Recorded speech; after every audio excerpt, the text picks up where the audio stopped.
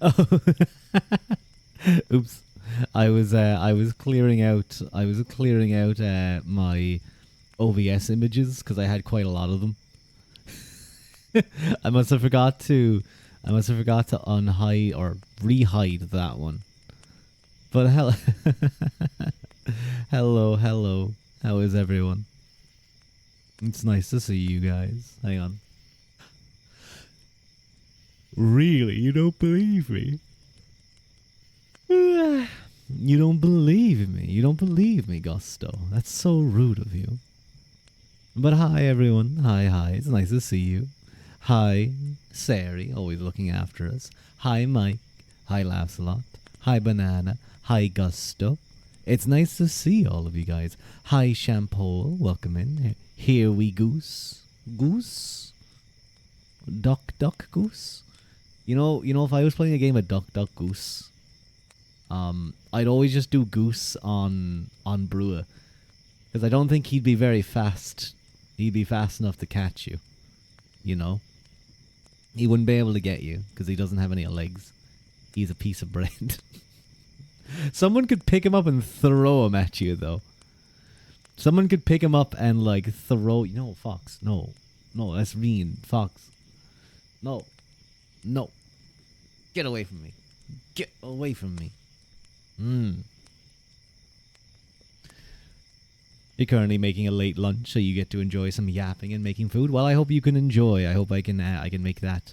I know it can be like... I feel like if you're waiting for stuff to defrost or cook, it can take a while, especially if you're just staring at it. So hopefully it can go nice fast. Nice and fast. But it's still partially frozen. What about Babe from Babe to Pig? From Babe to Pig in the City?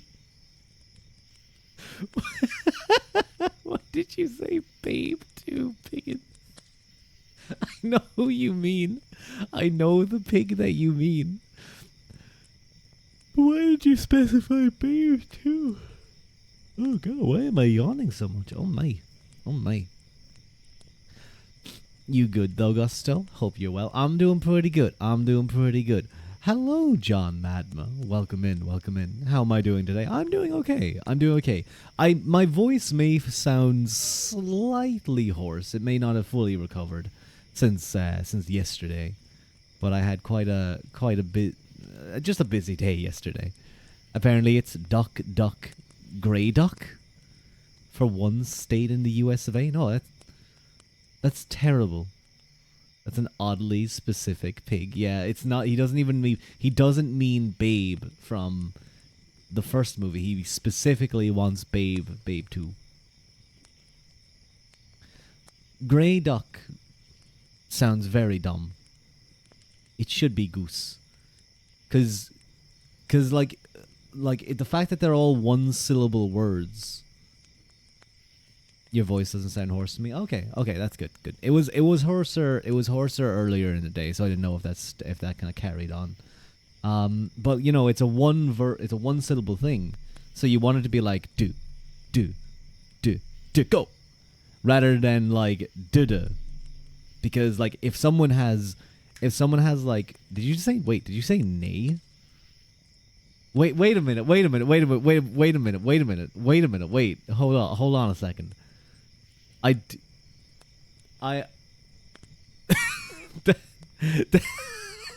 That took okay, listen. Clearly my brain did not pay for fast delivery on that one. That one took a second or two to click with me. I looked down and I was like, wait, why did he spell nay like that? 5 to 7 business days later. Listen. All these tariffs, we gotta. Even Rua's brain is cutting back on costs. Thank you, Gusto, for the face hold. I need that. Hello, Pinkalea. Reading a book right now, so you will lurk. I'll be reading a book later too, so we can read book together. But thank you for lurk. That did take a little bit of time to get to me. But yeah, no. Just yesterday I was I was out on the, as we call it here, on the piss for about, I want to say 9 hours. Yeah, that would be about right. That would be about right because I started at 2 and didn't get home until about 11. Oh yeah, I think it was about half 11 I got home at, and I was right up to bed and I fell asleep. Hello, Doomy Boo. Welcome in, welcome in. Thank you very much for the follow. Hear you out? That's never a good way to start for a new viewer, but I will take the chance.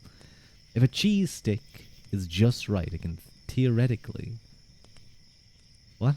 If a cheese stick is just right, it can theoretically turn into a horse. I don't get what that means. But hello, Tasty. It's nice to see you. Economy, international shipping, forgetting that one. What did you walk into? I don't know. Wowie. It started with like 2 hours of, well, 2.5, it was like 2.5 3 hours of basically all you can drink prosecco, which is like a wine basically. And I didn't drink too much. I had maybe the equivalent of, horses can become glue sticks. No, oh no! If there's any like horse girls in chat, they're like sad right now. They're crying. That sword looks sharp. Give me. Sure. I'll give it to you in your stomach. I'll stab you. No, I can't. It's my sword. I can't be doing that. He could if he thinks that though. Talk to the. Gimme? No. No. I'll give you a gun. But no, if you had a gun, you'd make me give you the sword though. If you had a gun, you'd threaten me with the gun, and then I'd give you the sword.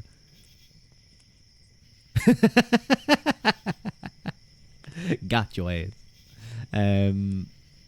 Give me the, no, wait, no, I thought you had a gun. No, Tasty, don't be shooting around here. Don't fucking relax.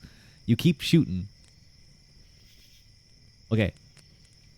Anyway, so start off with, like, I'd say I had equivalent of about maybe 4, maybe slightly around 4 glasses of wine. It would have been more, but I ended up having to sing like karaoke at one point, so that was fun. That was fun of me, and I kind of was like freaking out about that a little bit. Then after that, we spent like, the next like 6 or 7 hours, going around, and I was mainly drinking like Jameson and Coke Zero. I want to say, how many did I have? I had like 1. Wait, let me think. 1, 2, 3, 4. Did I have 5th in that place? No. I'm gonna say I probably had another like 5 or 6 like Jamesons. Yeah.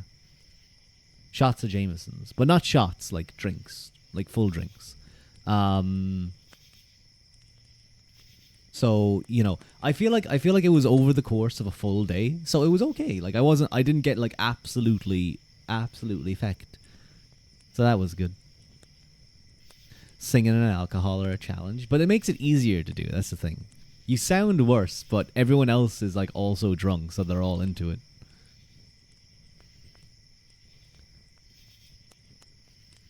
You came in here to forget you're in the US, not to live in the same reality in chat. Oh. Fair, you'll keep the gun hidden. That's smart. It's all good. You're just being silly. You're gonna say that's insane, but okay, over a long time, that's not too bad. Yeah, no. I wasn't like killing my liver by drinking, by having like the equivalent of like, well, what would that be? Like, no, I think I had more than 5. I think it was probably like 6 or 7, but yeah, no, it was a long day, but like it was pretty good. And then when I got back to the forest, I just fell into bed and I went to sleep very quickly. You know when like you're not drunk, but like you're like kind of lightheaded, but you had a nice bit of a walk, so you're kind of cleared up a little bit. You just get into bed and just lie down and you go immediately. That's what it was like. Then I woke up like 2 hours later. I was like, oh wait, I'm still in my clothes. I should get changed. So I stripped and then I fell asleep again. Then I woke up at like 8 and I downed half a liter of water when I woke up. And that was a poor decision. My tummy felt a little bit upset after that because I think maybe I just drank it a little bit too quickly. But then I was okay. Love the good sleep after being tipsy. It's some of the best sleep you will get. He's naked under your clothes. Guys, I don't want to alarm you, but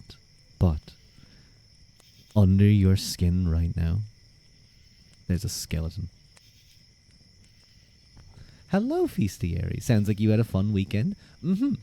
I did have a fun weekend. It was nice. Of course, when people are drunk, there's all stories going around and silly conversations. But yeah, you've always had good sleep. Oh my God, Shampoo. This is the first time I've met someone who's had good sleep. I feel like most of my VTuber friends and viewers do not get good sleep, myself included. Joke's on you, you like bones. I see. You're a spoopy enjoyer. I always love that image where it's like, it's usually like a video and it's like a still image of like a, let's say a fairly attractive anime lady or maybe an attractive real 3D woman, and you click on it and then it goes, yeah, rattle 'em, boys, and there's a bunch of like 60s gangsters, but they're skeletons and they rattle you. I like those memes. There's one of those. That is. It does tickle my funny bone. Tasty. There's one of those that is. It cuts to Bashar al-Assad. Bashar al-Assad. And it's like some random song from his country. And it's like it's just images of the Syrian army. Obviously this was before everything went down there. But it's like but it's usually like a very attractive it's just funny. I can't it's hard to explain memes. But maybe some of you guys know what I'm talking about. Hello, you liked. That's a good name. Welcome in. Thank you very much for the first time chat. As a Slovenian, what is drunked? I know those Eastern Europeans can drink quite well. Slovenia, I assume just general Slavic area, broadly Slavic. But I've kind of gone out with a couple of Eastern Europeans before, but like for drinks and stuff, and they can definitely hold their drink. I wouldn't say I'm a lightweight. I'm definitely not a lightweight. But I don't know if I'd be like a super heavyweight when it comes to those types of drinks. I've gotten I won't say blackout drunk, but I feel really sick and really dizzy, and I'm going to throw up, and I'm going to need my friends to just like put me in a taxi, and which is close to blackout drunk, but like I was still at least semi-conscious, but I just was not enjoying myself, and I wanted to go home. And ever since that happened, I was like, I never want to experience that again. That is a disgusting, horrible feeling. The unpleasant kind of drunk. Yeah, no, it absolutely ruins any time you go out and you get like that. It just ruins the night. I don't like it. I experienced it once, but I've seen other people go through it, and like they're just nope. It's not good. It's not good. People don't know what they're doing. Some people get violent when they get to those type of places. You also experienced that one single time and decided to never again. Slovenians can get blacked out drunk and still be conscious. It's badass. I've seen enough messy stuff where I don't think people should be getting blacked out drunk. There are some people who are capable of handling that type of drink, but a lot of people, and I mean, having seen towns before, it can be all walks of life. It's just not good. I think especially it doesn't help that in places in Ireland, when all the pubs close at like, well, all like the clubs and stuff close at I think it's 2 a.m. And they shunt. And now there's some places that will do lock-ins. They'll close their doors, but you keep drinking, and then you'll stay there all night basically because it's a lock-in. But a lot of places close their doors 2 a.m. Everyone gets pushed out onto the street. What happens when loads of people get pushed onto the street? They're all trying to get food, takeaways. They're all trying to like get home. Well, some people have had too much to drink, and people are like bumping into each other and like, "What did you say to me, bye?" And trying to. 2 a.m. is when people go out in other places. No, it's really weird. I don't understand it. And like what happens is people will, before they go, they'll do prinks or pre-drinks where they at home, or they'll go to a place that has cheaper drink, and they will get like already half wasted. Like they will drink loads of drink, or they'll like, try and hide stuff in their purse or whatever. And they'll just get into a really bad state. And then by the time they get into the club and they've drank even more, and then they all get pushed out onto the street at that time, that's when the fights happen. That's when things get messy.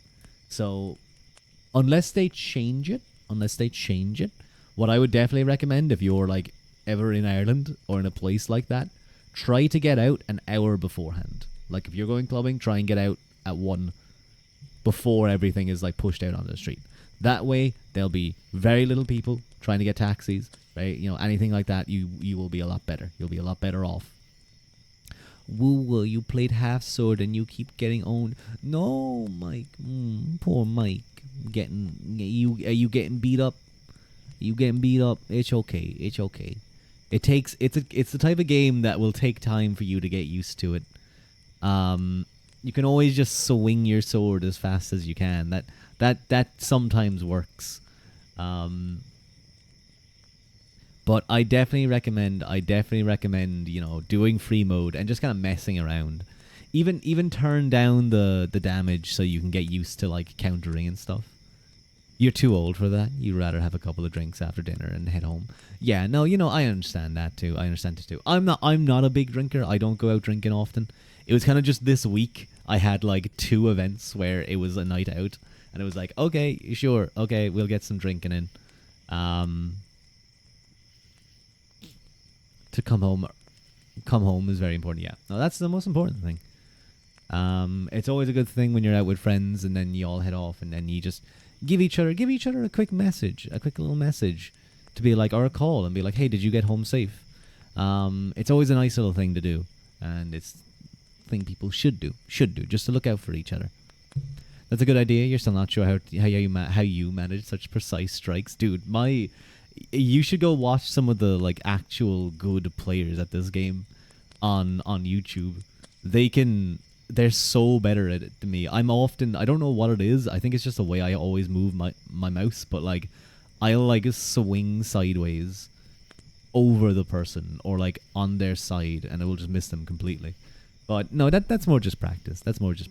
You got to think about like where the center of your screen is, and I guess figuring out your mouse sensitivity, what works best for you. I definitely had to turn my mouse sensitivity down when playing that game. Not loads, but just a little bit, so I had a little bit more control, and I wasn't going crazy.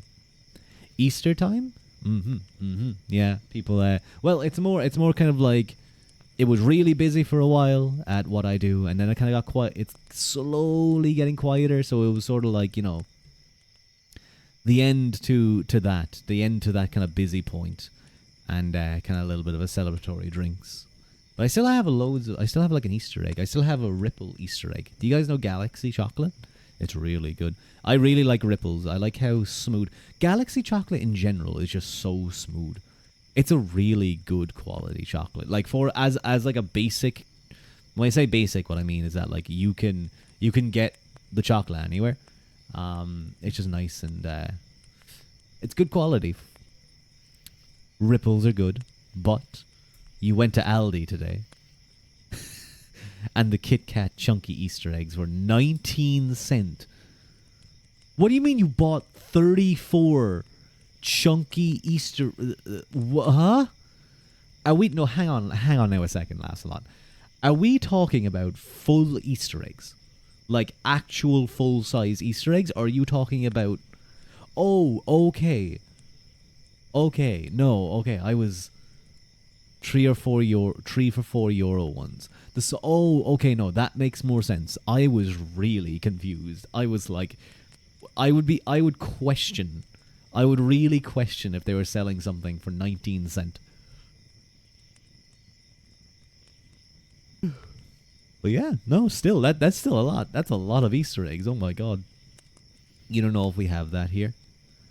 Galaxy, maybe not, maybe not. I would always recommend that if Americans come to Ireland, you try the dairy products and you try the chocolate, because I'm pretty sure those are just better quality generally in Europe, and like the milk in Ireland is some of the best milk you can get in the world.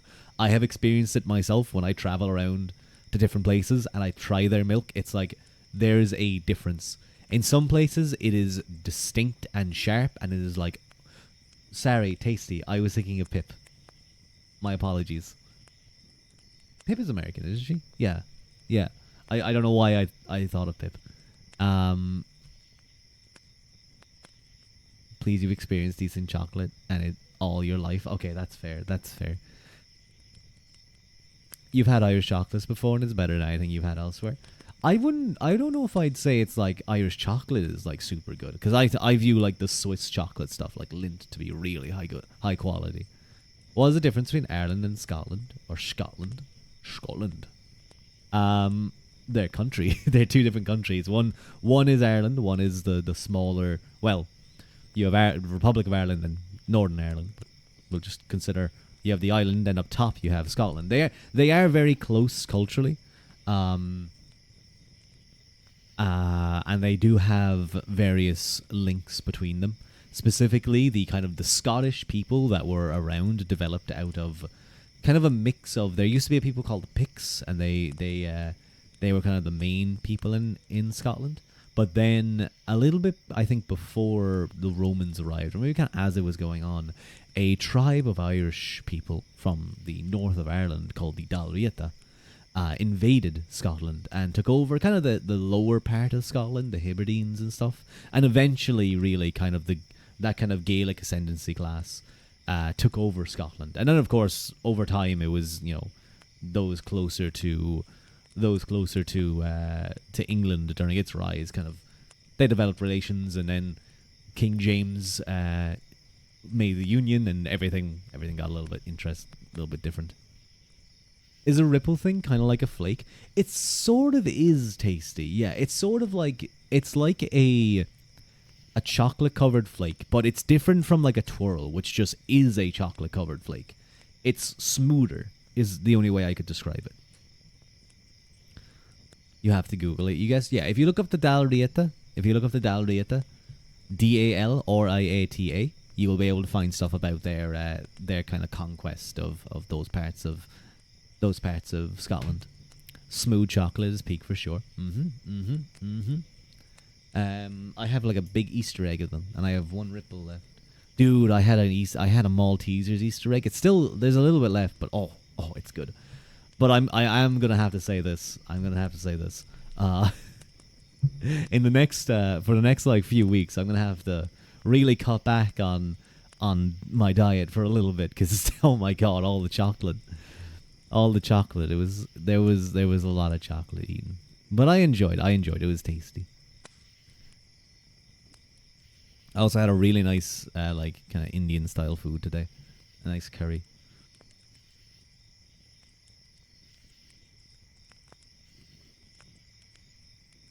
What? Sorry, I'm trying to think what curry it was. Easter does that to you, yeah. Look. I'll be a little bit stringent. I'll cut back on certain foods, and we'll be right back. We'll be all good. And I just haven't been. The other thing is that I just I haven't been in the gym as much as I'd like over the last like 2 weeks. So I'm still been in the gym. I've still been doing stuff. Still been training. Been working out. Just not as much as I'd like. It's only been like 2 days a week for the last 2 weeks. Enough to do stuff, but I need to do more.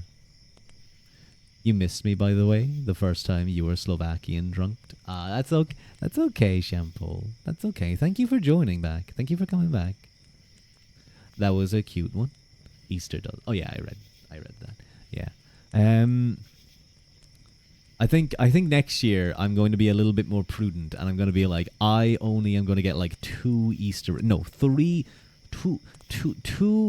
eggs and a lint bunny at max, and that way I won't like be in danger of possibly giving myself diabetes, or as that man says, diabetes. I still have the two big Easter eggs. Yeah, like two big Easter eggs with like chocolate stuff. And then, well, I might go three because there's some really good Easter eggs. But like, if I go like Toblerone Easter egg, a Lindt chocolate bunny, maybe the Maltesers Easter egg, or you haven't gotten a proper one in a hot minute. Tasty. You should go out and get yourself an Easter egg, or you should go out and get yourself some nice chalky. You should go out and get yourself some nice chalky.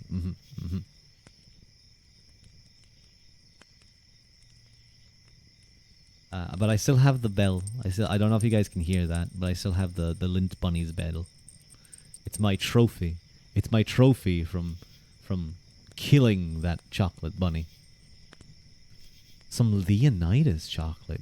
I don't know what that is. What's Leonidas chocolate?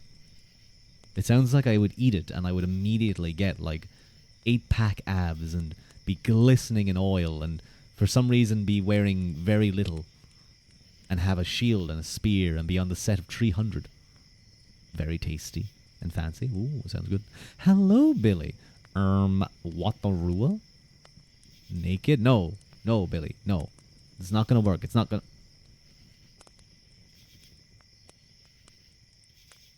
Well, to be fair, actually, it did work technically, Billy. I don't know if you've seen that art, Billy. Maybe you have, but what the skibbity? No, don't make me say that word. Don't make me say that word, Mike. You saw the Discord.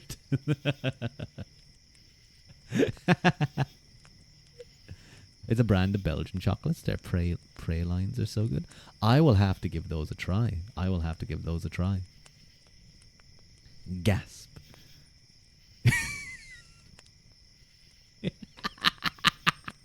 That's so mean, Billy. How could you say that?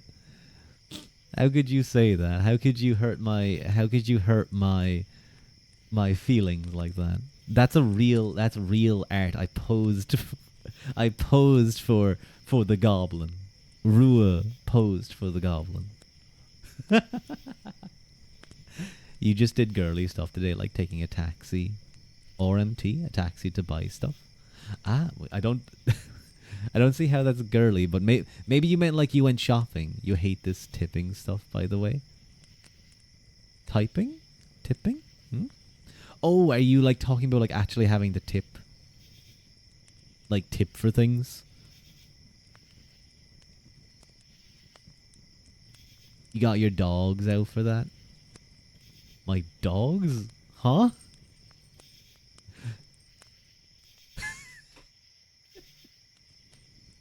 It's photo proof. It's photo proof right there. Okay. You guys can go enjoy that art. That's the rest I'm going to talk about it. You guys may notice as well that Toede actually used like one of my normal backgrounds for that. He used where is it? No, that's the wrong one. He used this background. He did like, I think he took a part of it and traced over it. It's really good, really good. But back to our cozy atmosphere.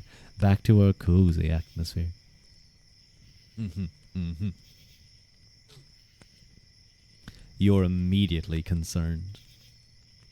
You should be. How have you guys been getting on though? What did you guys do for the weekend? I got a little bit drunk, a little bit tipsy. I sang a little bit of karaoke. I did a little bit of dancing. As a restaurant delivery driver, at least in the US, it's because the companies don't pay us enough, either in wages or the upkeep of our personal vehicles. Oh, that's pretty bad. I feel like, okay, it's different if you're like a Deliveroo driver or Just Eats, but if you're like a delivery driver for a specific restaurant, which I don't know if that's what you're saying, Banana, but in that case, I would be expecting that one should have a portion of their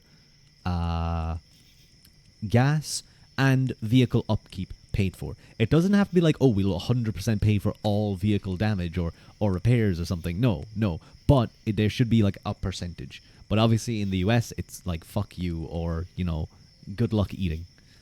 I think as well, like it is technically like, I'm pretty sure, Banana, that if you ever don't make enough money to cover your like minimum wage, if you don't make your minimum wage and tips, the company has to pay you that difference.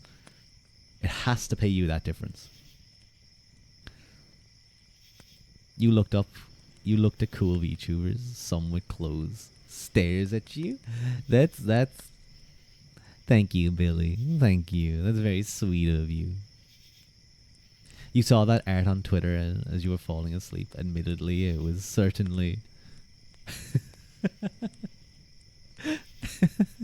I did feel a little bit bad. I did feel a little bit bad that well, no, I think Twitter censored it. I think Twitter actually put the censor on it themselves. But I was like, okay, I'm gonna retweet this, but I don't think Toede spoiled it. So like, it's just gonna appear on people's screens. But that's okay. That's okay. You worked this weekend? Oh, Banana, I'm sorry. The issue is you do make enough money, unfortunately. Economy at this moment, you won't go deeper. That's okay. That's fair. I know things are kind of rough for a lot of people, but you know, I hope things go okay. I hope things go okay. But that's not what Ruadh streams here for. We don't talk about economy. We don't talk about politics. Sometimes I talk about stocks. Sometimes wait, hang on. Now that it's popped up in my mind, how's Cover Corp doing? How's Cover Corp doing? Let me take a look. Have they recovered? They're up 2%. They're up 2% today. That's not bad. Have they recovered? They have not recovered from the Gura announcement. No, they slightly recovered, but no. I now see what you've all been talking about. I thought, Tasty, for a second I thought you were talking about me like going on a tangent about stocks, and you're like, God, this guy's like the worst. He's so boring. But I see now. You did not say it was a bad thing. I know. I was just kind of partially like I'd hate for people to have that flashbang them. You know, it's something like it's, you know, I explicitly want it to be, you know, you click into this at your own risk. You know, there should be there. I will give a small spoiler. There should hopefully be another one coming. I don't want to say soon. The artist that I commissioned, unfortunately hurt himself, and won't be able to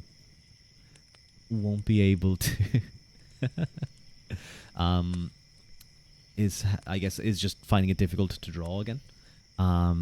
He hasn't been as active as usual, so I will another one, maybe. He's a really good artist as well. I want to say Toede is as well. They're, you know, if you're gonna get that type of art, it should be pretty good. I think, you know, it should be like pretty high quality. Stocks are important to Irish myths and legends. Yes, very important. You guys. I'm all in. I'm all in on the Children of Lear. They can't possibly crash. There's no way that bad things will happen to the Children of Lear. Diamond hands, boys. Diamond hands. They're gonna go to the moon. Go to the moon. How does Ruadh even get drawn naked if there's no ref of him naked? I did send Toede a few like images of like, here's how I think it should be drawn. The Garo from One Punch Man was quite a good character. You followed Ruadh's financial advice and lost $2 million in a day. Mike, I'm glad you followed my my advice of buy high, sell low. It can never fail. Never fails. You would like to be flashbang, but just for real. You know, I vaguely kind of get it. You pass out now. bungles. Good. I'll bungle you into a bed, Billy, and tuck you in and give you a little head pat. And good night. But like, like I'm pretty sure flashbangs like really fuck you up.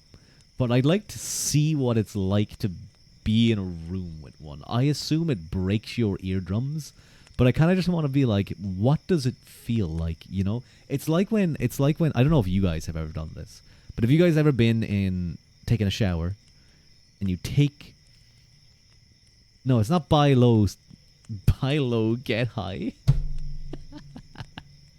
It's not, so you're in the shower, you get your face cloth, you put it on your face as you do, and then you put your face under the water and you like effectively waterboard yourself. Have you guys ever done that? Hi, son, you found a pineapple on the ground today? Now you just need to find a stick and some ribbon and you'll be ready for the bacchanalia. Nice. You should, you know, I don't know why I just pictured son with, like a bum's bag. What's it called again? Like a little stick with the like picnic basket tie. And it's like carrying all he has. Ruadh willingly subjects himself to waterboarding. I would not want to get like real life waterboarded by someone. I want full control of that.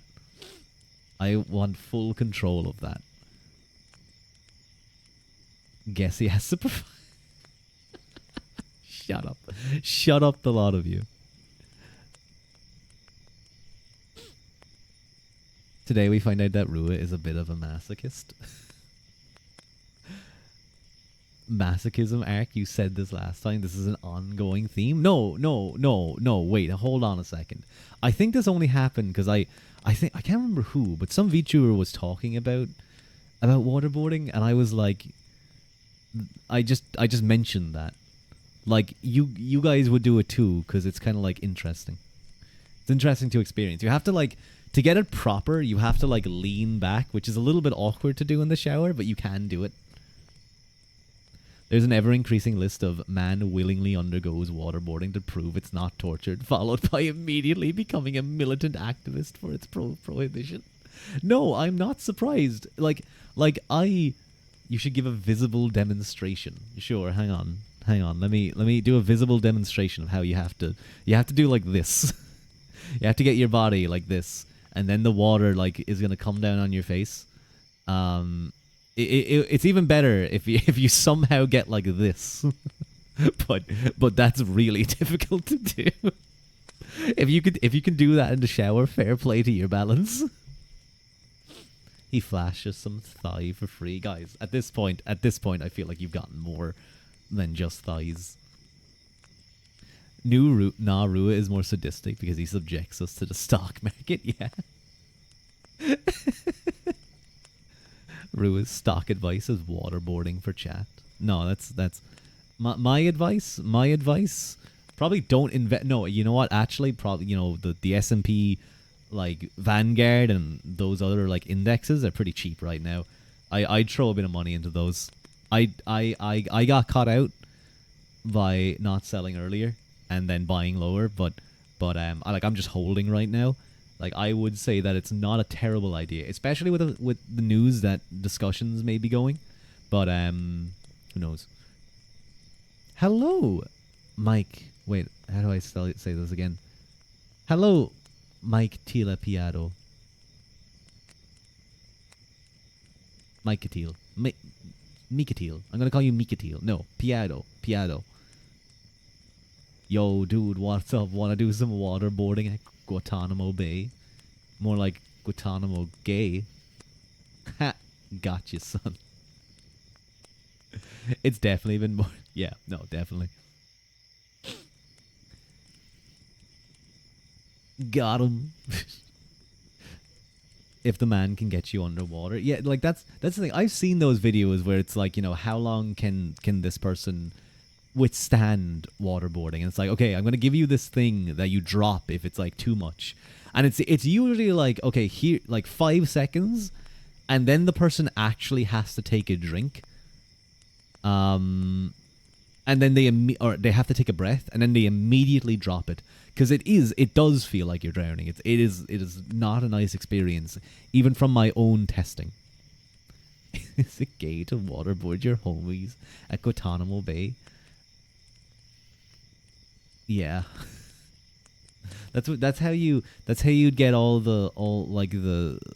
get it to stop. You just declare it gay, and all like the really masculine like police officers and special agents that do that type of stuff would be like, "Oh, I don't do that."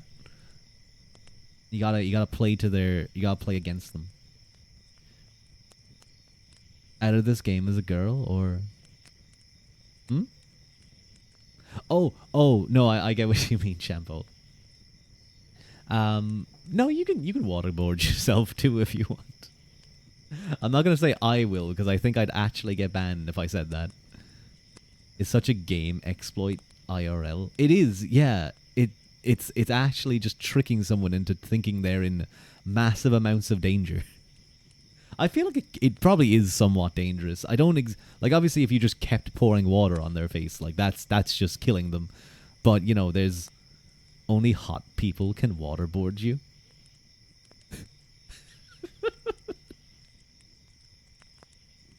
I'm just imagining that being like something that like someone who's gonna be facing it is like, they declare that, and then they're pointing at their captors and being like, no, maybe, no, yes, definitely yes, no, let's go back to you, yes, right now, let's do it.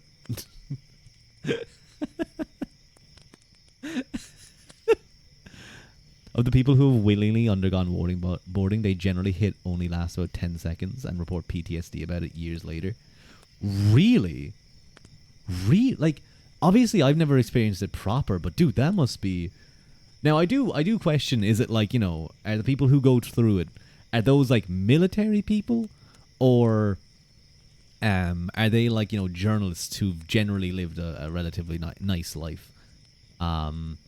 If they're getting PTSD out of something that they willingly subject to themselves, maybe it is actually like obviously it's a horrible technique, but that surprises me.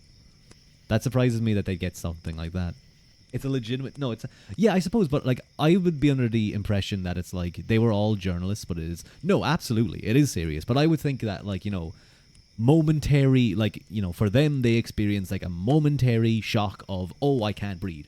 Let me up. And then they're immediately let up and they're able to breathe again. It's like if you... I don't know. You wake up one night and you have sleep paralysis and you can't get a deep breath in. Like, that's scary, but I don't think I'm going to get PTSD from it.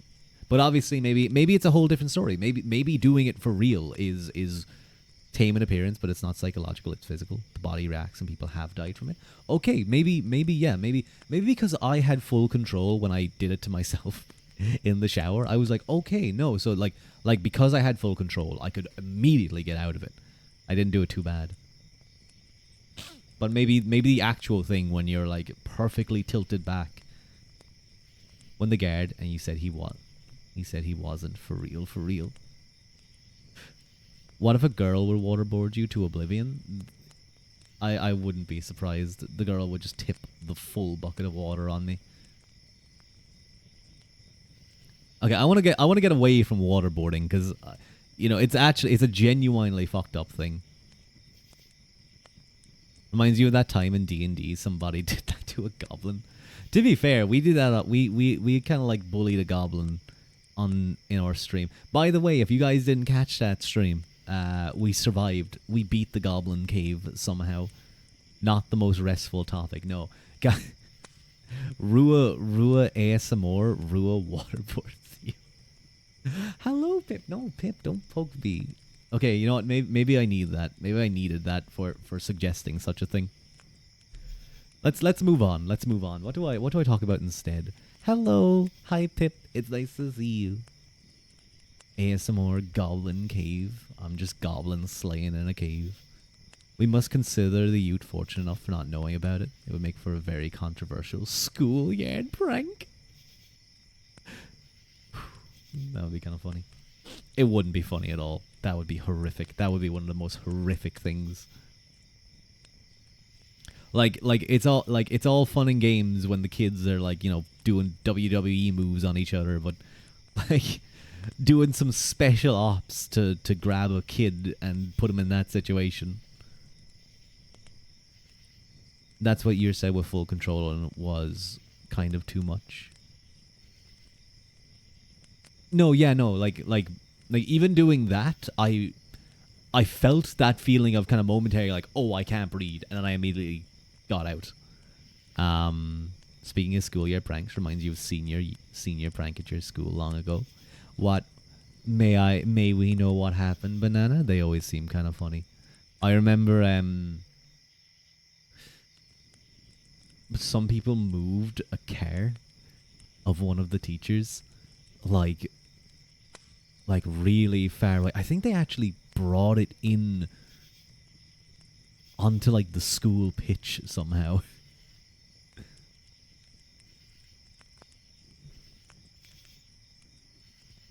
I think we'll probably get into the reading in the reading in a little bit.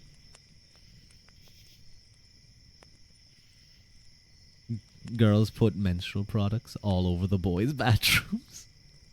Wait, like, I don't want to. No, I don't even want to know the answer to my question. I'm guessing it was just kind of like they put them around there, and it's like the boys got freaked out by it. Okay. I'm sorry. You like that. That was just the immediate thing that came to my mind, and I was gonna be like, that is genuinely horrific, but that's okay. That's okay. We'll immediately move past that idea. But that is kind of funny. That's kind of funny. Not. Can't remember the coffee pasta, but you love the one that's like, my bros pranked me at the gym. They hid my trunks, and when I went to the showers, I couldn't find them. Then they jumped me, and they were all so naked.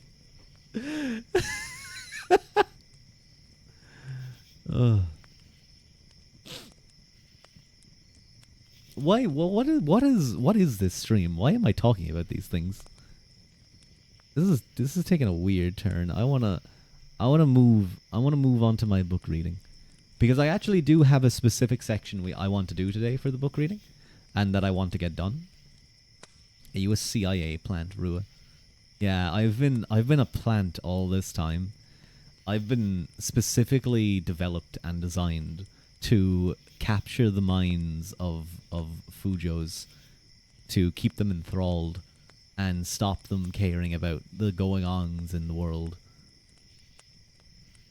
That's my aim. That's my aim. I'm not doing it. It's working. It's working. Yeah, but the boss isn't too happy. He wants more viewers, but that's not happening. I'm sorry, boss. Hundreds of balloons in the teacher's lounge. Only a few full of glitter. Only a few full of glitter. With bags of full balloons? No. Oh no. That's really smart. That's really smart. To fill some of them with glitter.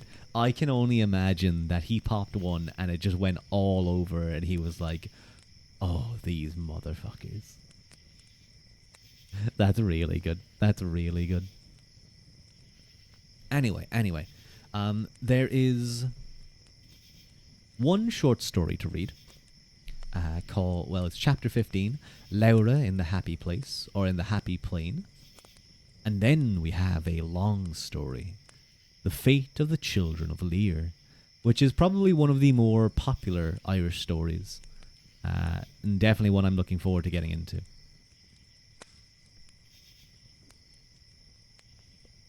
Hang on a moment. Let's go. Okay, there we go.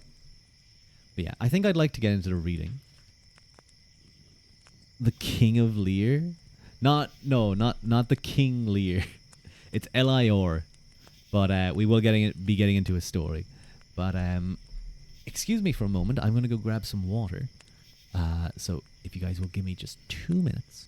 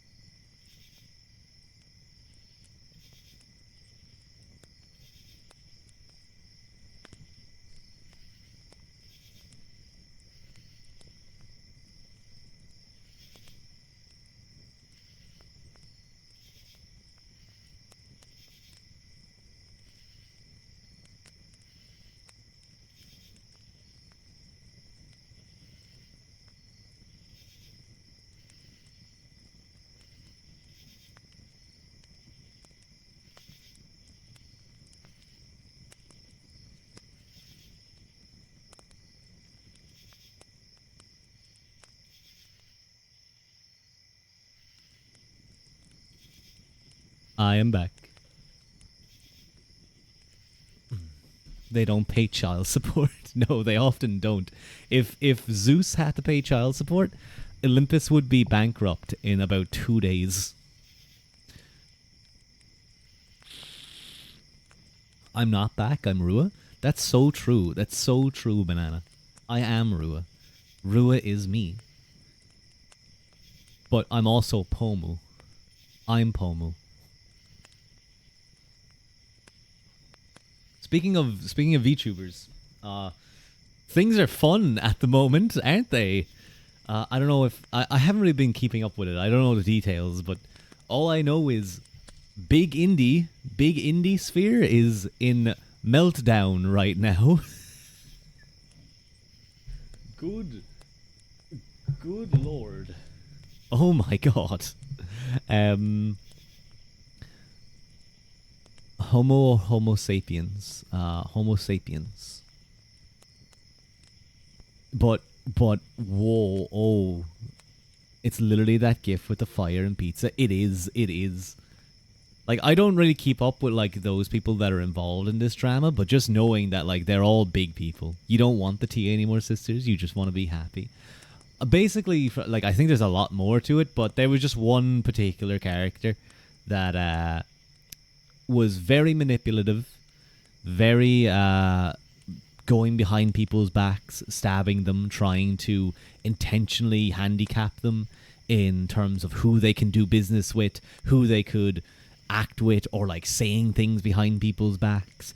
One of the ones that I did catch was there was apparently a person who did their model, and it's a really nice model, and that person does other people's models. And as an artist in the VTuber sphere, if you're doing like models, those are expensive. There's a lot of work involved, and building up your isn't the whole point of being independent that you're independent? Yeah, well, I don't get what you mean, son. Are you talking about her having a manager? If that's the thing, then like a lot of indies have a manager. It's, as Shondo says, it's usually their boyfriend. It's usually their boyfriend. But like, you can still have a manager, but like that, in that case, what it would be is someone looks after your social media, looks after your TikToks, arranges, they might handle the more legal side of things. That's not necessarily not being independent. You know, if a lot of people, you know, there's so much to do when you get to that level that you need to be hiring people. Can make sense, but you still need to be aware of what's going on. Needy streamer overload type of shit. Yeah. But so there was one artist that did her model, looks great, and apparently, just from a couple of screenshots I saw from the thread, was the Twitter X thread, whatever. They basically said to the artist, please don't make any more models, because you doing so will devalue our model. If they effectively said something like that. They were attempting to stop the person making new models and trying to hold them to only doing, like, I guess only doing updated models for them, which is insane by itself, which is an insane move. Companies be like that sometimes. Yeah, but the thing is that, like, one, if that happened to me, I'd be like, okay, cool, I want like a guarantee signed by the company stating that you will consistently request models from me X number of times a year at X price, plus any additional stuff. There is no way in hell that you will sign your creative ability away in such a scenario. And the fact that an independent VTuber was trying to convince someone to just do it is maddening to me. Is maddening. We need VTuber trust busters. Yeah, we need I'd say union busters. What?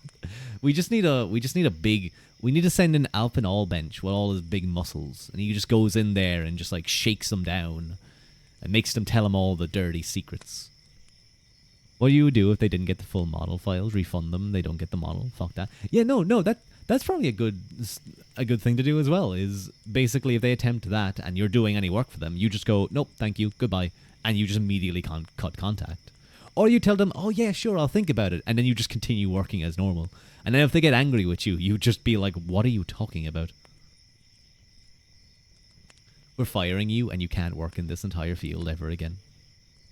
That's like blackballing or blacklisting. It's something that happens a lot in like Hollywood, I'm pretty sure. Inform other artists, you know. Oh, absolutely. But the thing is that makes me think is all of this stuff is coming about this girl Cinder. But was everyone holding on to this information before something like came out about her? If you have all these issues, I can understand smaller indies that don't have weight behind them. But like there's various others that clearly are quite popular that are only coming about some of their issues now. Now I guess, you know, on one hand, I haven't looked at all of the stuff.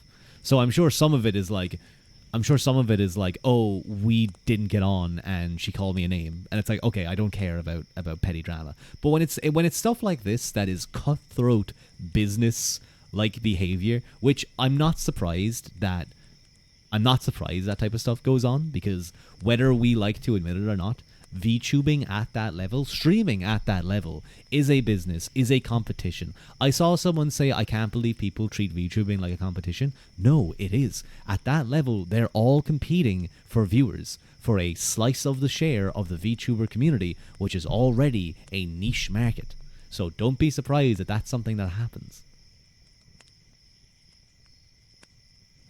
In some cases, it feels very random to say something openly about it, but once one thing comes out, most people feel comfortable to speak up. Yeah, but the one thing that I feel like is that sometimes I'd have to check everything, because it could be like, if this is a, you know, if it's just like, oh, we just didn't get on and we had like some awkward interactions where she was vaguely mean to me, I would view that as just jumping on the bandwagon.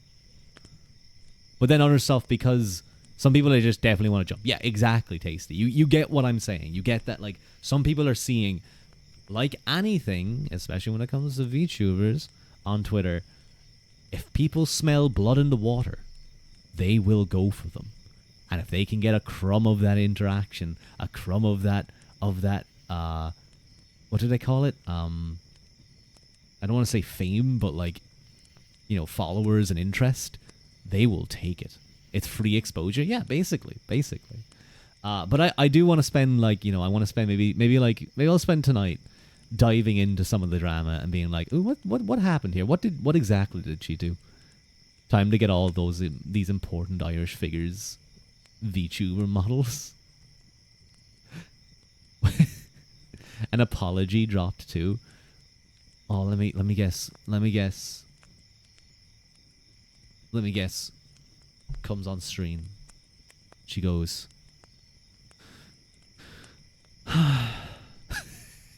she gives the apology sigh. The apology sigh. That's when you know they're really sorry. Apology doc, you're afraid? No, we don't even get she doesn't even use a ukulele. Yeah, exactly, Mike. Like, I can't believe she didn't even use a ukulele. Or a dog. Pet the dog. Make you feel like a good guy. Or like PNGs, maybe put them together and smooch like dolls on screen. I would be interested to see how much this actually impacts him. My guess is basically as a collab thing in terms of growth from others. Cinder may be done unless, like, you know, it's one of those things that people just don't care about in a couple of weeks. But like for the big people, yeah, I can't see things going well for her. But she still will definitely have some kind of dedicated following. Those type of VTubers always do.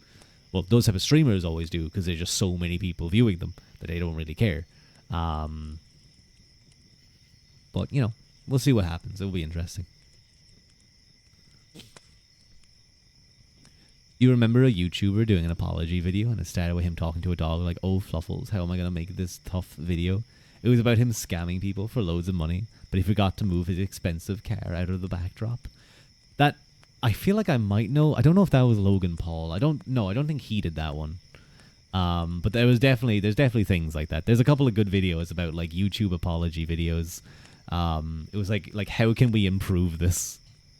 T Martin, that might have been it. That might have been it. Yeah, they're funny. They're funny.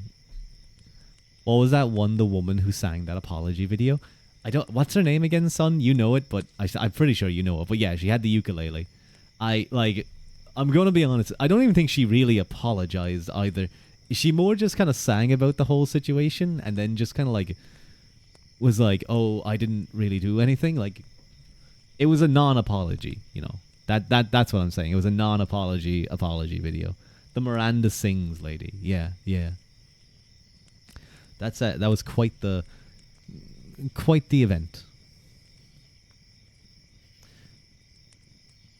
But I think having talked about that, we need someone to make an apology video that's basically just a Scooby Doo confession, and I would have gotten away with it too if it wasn't for you damn drama alerters. What if if you were auditioning? What if you were auditioning for like a corpo, and you opened the stream and you just went like, and I'd like to apologize. And you did like a quick like 20-second apology video, and then you started going on. You were like, so you may have noticed that I opened up this audition video a little bit weirdly, but I think it's very important that any VTuber these days is solid at giving apologies. We've seen how VTubers have been attacked and disgraced, and I think because it's definitely going to happen, we should all be trained in apology videos. You're confused on what's happening? Oh, Pip, there was just big drama in the upper indie VTuber sphere, like the really popular indies, and we're just kind of vaguely talking about it. But I think I'm pretty much done. I think I'm pretty much done at this point. I'm gonna take a sip of water. That's basically admitting you will get into trouble. Yeah. Why was there drama? If you go on to X, or like if you just look up like Cinder on, I don't know, like Reddit or something, you definitely find stuff about like that would be Sindeor, I think is how she spells her name. But just a lot of stuff came out about this one VTuber that wasn't very good. But I think I'm going to get into our actual reading for today. So I do hope that you guys can get cozy, get comfortable, and enjoy the first short story about Laura in the Happy Plane. But then the next one, a little bit longer, The Children of Lear, Rua's apology video. I know you guys heard some things, and I must apologize. I know I've hurt a lot of people, and this makes me sad, but I just want to clear the air and get the facts on this table. The car was mine. I didn't blow up someone else's car. Furthermore,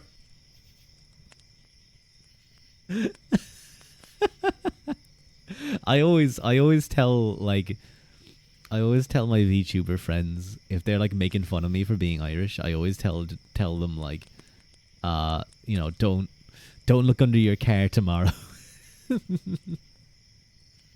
Apology for getting too distracted while reading. Tasty, if I had to do that every time I got distracted from reading, like is happening right now, I don't think I think my only content would be apology videos. That's all I would ever do. Not the car bombs. Yeah, going to an American gaff and asking for an Irish car bomb.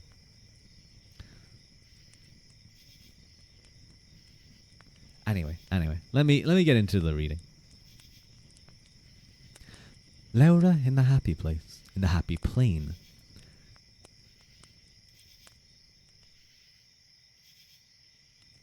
Another that went to visit Mag Mel, the happy plane, was Laura, son of the king of Connacht, Crihin Cass. He was out one day with the king, his father, near Loch Nain, the lake of birds, and the men of Connacht with them, and they saw a man coming to them through the mist. Long golden yellow hair he had, and it streaming after him, and at his belt a gold-hilted sword, and in his hand 2 5-barbed darts, a gold-rimmed shield on his back, and 5 folded crimson cloaks, or a 5-folded crimson cloak about his shoulders. Heaven forbid someone finds C4 in Kerrygold. Kerrygold butter packaging. Yeah. They'd never expect the Kerrygold.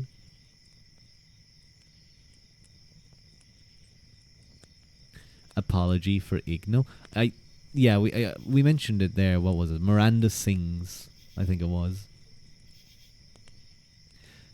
Give a welcome to the man that is coming towards you, said Laura, that had the best name of all the men of Connacht to his people.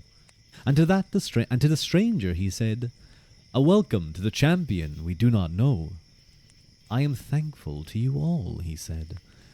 What is it you come for, and where are you going? Laura said then. I am come to look for the help of fighting men, said the stranger. And my name, he said, is Fiachna, son of Beatoch, of the men of the Sheed, and it is what ails me. My wife was taken from my pillow, and brought away by Achid, son of Saul, and we fought together, and I killed him. And now she is gone to a brother's son of his, Gol, son of Dalv, king of a people of Mogmel. 7 battles I gave him, but they all went against me, and on this very day there is another to be fought, and I am come to ask for help. And to every one that deserves it I will give a good reward of gold and of silver that will help. My god, he's going to give us like 5 pieces of gold, average D&D reward.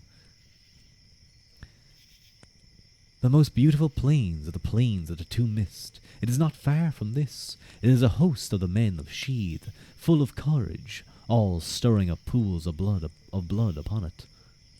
We have drawn red blood from the bodies of high nobles. Many women are keening with cries and tears.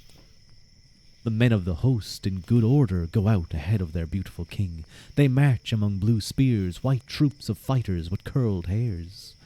They scatter the troops of their enemies. They destroy every country they make an attack on. They are beautiful in battle, a host with high looks, rushing and avenging. It is no wonder they have such strength. Every one of them is a son of a king and a queen, manes of hair that have the colour of gold, their bodies smooth and comely, their eyes blue and far-seeing, their teeth bright like crystal within their thin red lips. White shields they have in their hands, with patterns on them of white silver, blue shining swords, red horns set with gold. I think this is likely kind of a poem almost. The way it's kind of developed, I feel like it would probably be very much poetry in Irish. They are good at killing men in battle, good at song making, good at chess playing. The most beautiful plains is a plain of the Two Mists. The men of the Sheath are stirring up pools of blood on it. It is not far from this place.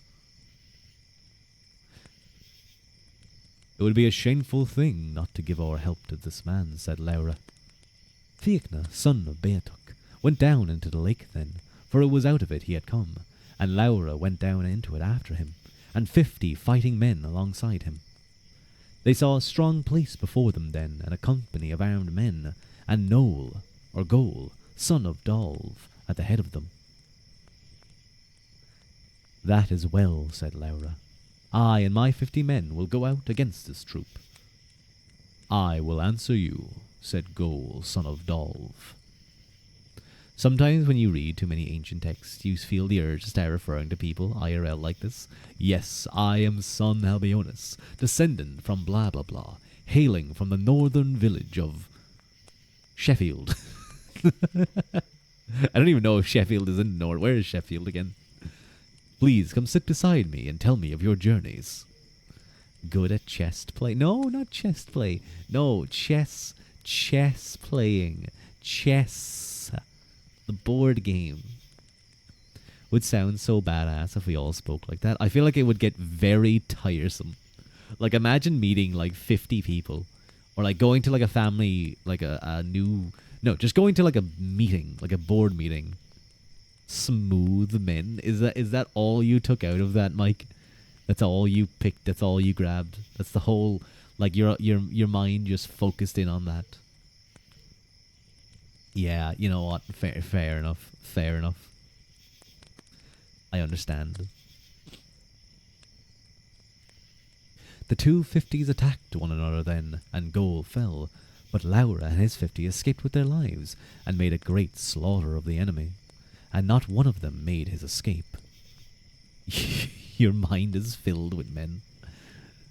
You excelled at reading comprehension in school. This is the vestiges of that. You hella gay. Fair enough, banana. There's a certain charisma to this style of speaking, though. You always like how whenever they welcome to some wary traveller, they insist they accept their hospitality and tell them their tale. There's a very kind of high... there's aspects of that in like Homer and in Homer's works too, where you'll have they'll be visiting and they'll be laden with gifts and there'll be a certain level of expected reciprocity, or not reciprocity, but magnanimity towards an individual, towards travelers. Hospitality was the word I was looking for, and you had it right there, son.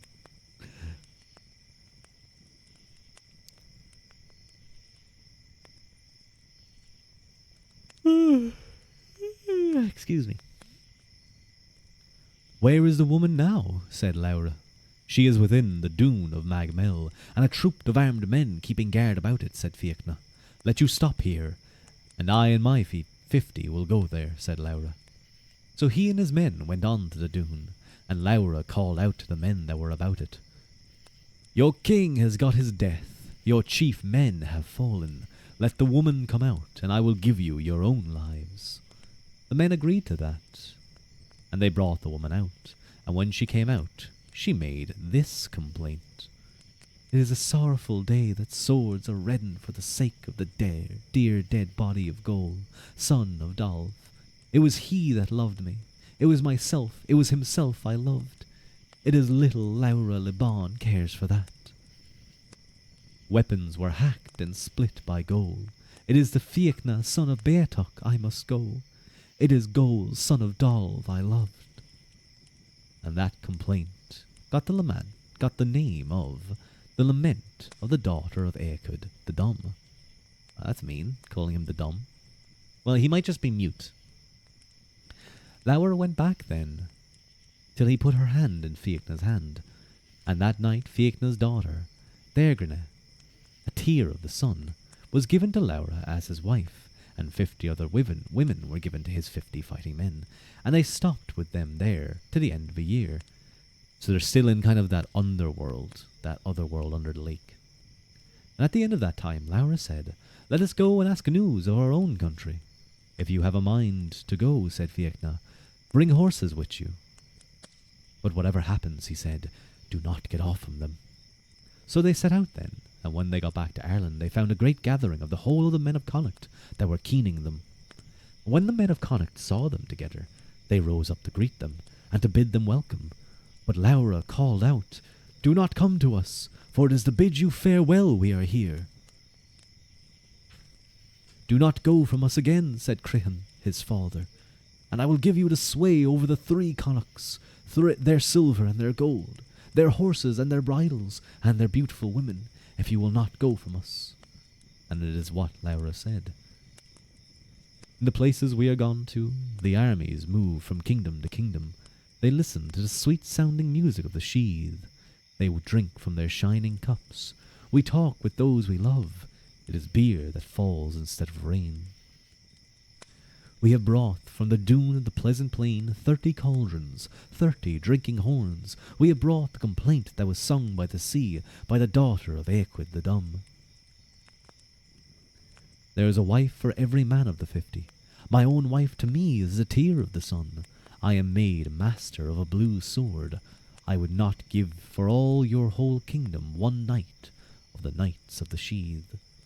And with that, Laura turned from them, and went back to the kingdom, and he was made king there along with Fiachna, son of Beatok, and his daughter, and he did not come out of it yet again.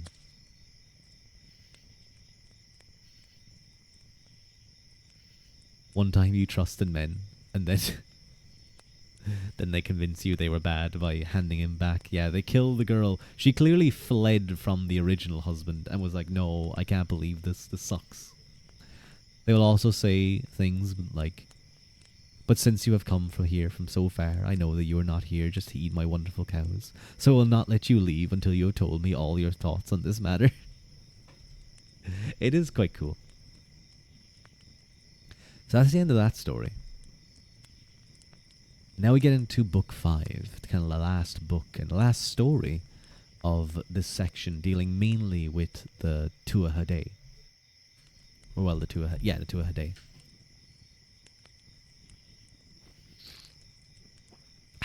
Excuse me. We now get on. What about the bits when they turn into swans? We're getting to that. We're literally about to start that. Maybe you weren't paying attention. No, son. This is this story. We're just getting into it. It sucks, but really okay. I understand. These stories often have, they come from a particular kind of culture. The fate of the children of Lear. Now at that time, when the Tuatha chose a king for themselves after the battle of Tyleton, and Lear heard the kingship was given to Bove Derg, it did not please him, and he left the gathering there without leave, and with no word to anyone, for he thought it was he himself had the right to be made king. But if he went away himself, Bove was given the kingship none the less, for not one of the 5 begrudged to him, but only Lear, and it is what they determined, to follow Lear and to burn down his house, and to attack himself with spear and sword, on account of his not giving obedience to the king they had chosen. We will not do that, said Bove Derg. Bove Derg should be quite stoic, I feel. We will not do that, said Bove Derg, for that man would defend any place he is in. And besides that, I am none the less king over the Tuatha, although he does not submit to me. All went on like that for a good while, but at last a great misfortune came on Lear, for his wife died from him after a sickness of 3 nights, and that came very hard on Lear, and there was heaviness on his mind after her, and there was great talk of the death of the woman in her own time. Suffering is more bearable when you accept that the gods hate all of humanity. And the news of it was told all throughout Ireland, and it came to the house of Bove, and the best of the men of Dea were with him at that time. Bove said, if Lear had a mind for it, my help and my friendship would be good for him now, since his wife is not living to him. For I have here with me the 3 young girls of the best shape and the best appearance and the best name in all of Ireland, Ave, Aoife, and Ailva, the 3 daughters of O'Leal of Aaron, my own 3 nurslings. The men of Dea said it was a good thought he had, and that what he said was true. Messengers and messengers were sent then from Bove Derg to the place Lear was, to say that if he had a mind to join with the son of the Dagda, and to acknowledge his lordship, he would give him a foster child of his foster children. And Lear thought well of the offer, and he set out on the morrow with 50 chariots for Sheed Fian Kia, and he went by every short way till he came to Bove's dwelling place at Loch Derg, and there was a welcome before him there, and all the people were merry and pleasant before him, and he and his people got good attendance that night. Thank you, Pinkalea, for the stretch. Mike, why did you... And thank you for the head pat. And the hydrate. You're taking very good care of me. Thank you. Thank you, Alea.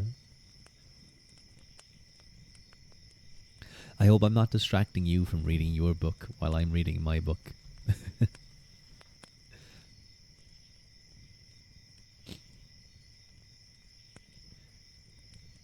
You finished up? Okay, I hope you're enjoying this book then.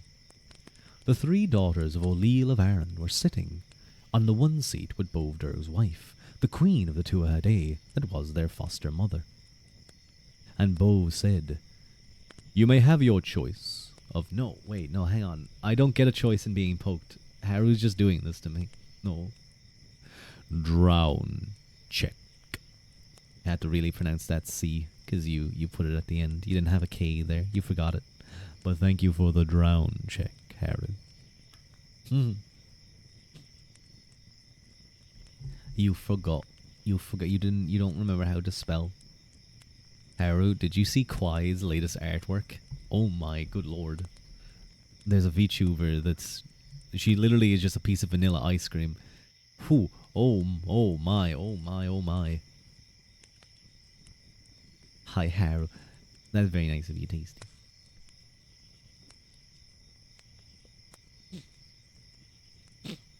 Excuse me. She's threatened to draw me in a bikini, as artists are wont to do. Artists are fine with threatening their friends, drawing them in dangerous ways. Hi, how? Hope all is well. You finished up meditating. That's really cool, Elia. I hope you had a nice, good meditation. That should be a paid service. It is. You're not like the other artists. You threaten to draw them in business suits. To be fair, son, you draw really well. You draw people really well in business suits. Surely no fan art is a threat. That's the real threat. If they said I wouldn't, I'd stop, I'd never draw you again, no matter what, then I'd feel sad. Then I'd feel upset. I feel a little bit cold. I'm gonna put on my cloak. Is so talented, your Nissan. She's really talented. Is your expertise.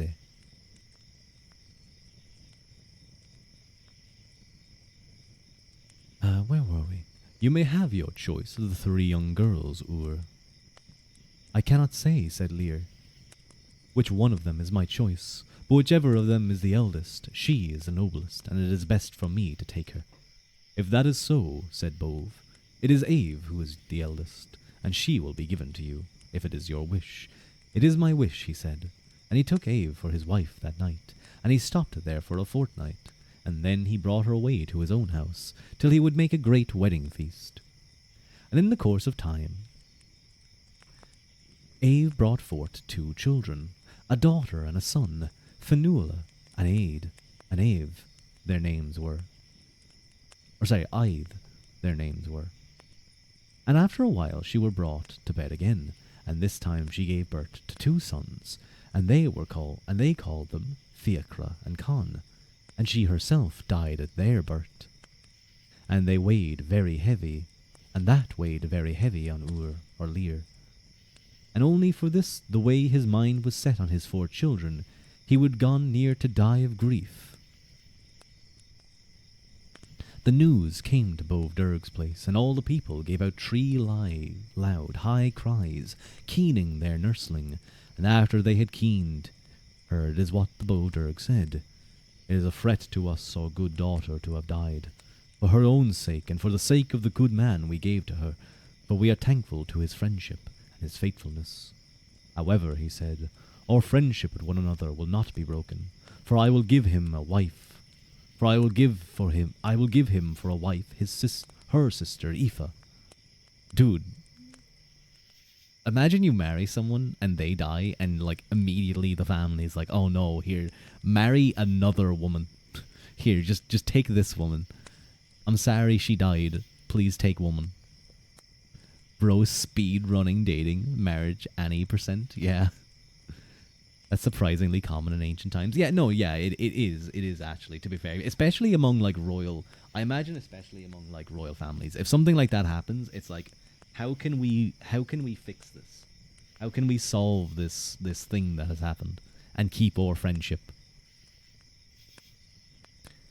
If your husband dies, do you get another man? Yes, Haru. I'll make sure you get another man. Have another one.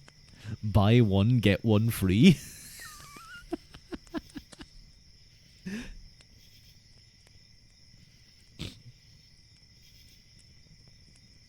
But it's a delayed one because, you know, it's tough enough dealing with one of them. Poor Sari. No, Sari isn't gonna die. Not the 1+1. If the husband dies, you have to follow along with them. Yeah, that's true. In some cultures, that's what happened. Yeah, that's what they did. Don't worry, Haru. That's not how Ruadh culture works. We give if your husband dies, we'll give you a new husband. If someone's wife dies, we'll give them a new wife. Ride wife, life good. Wife fight back. Kill wife. Wife gone. Think about wife. Regret. Get new wife. Son, do you not know that? Do you not know that meme? Do you not know that meme, son?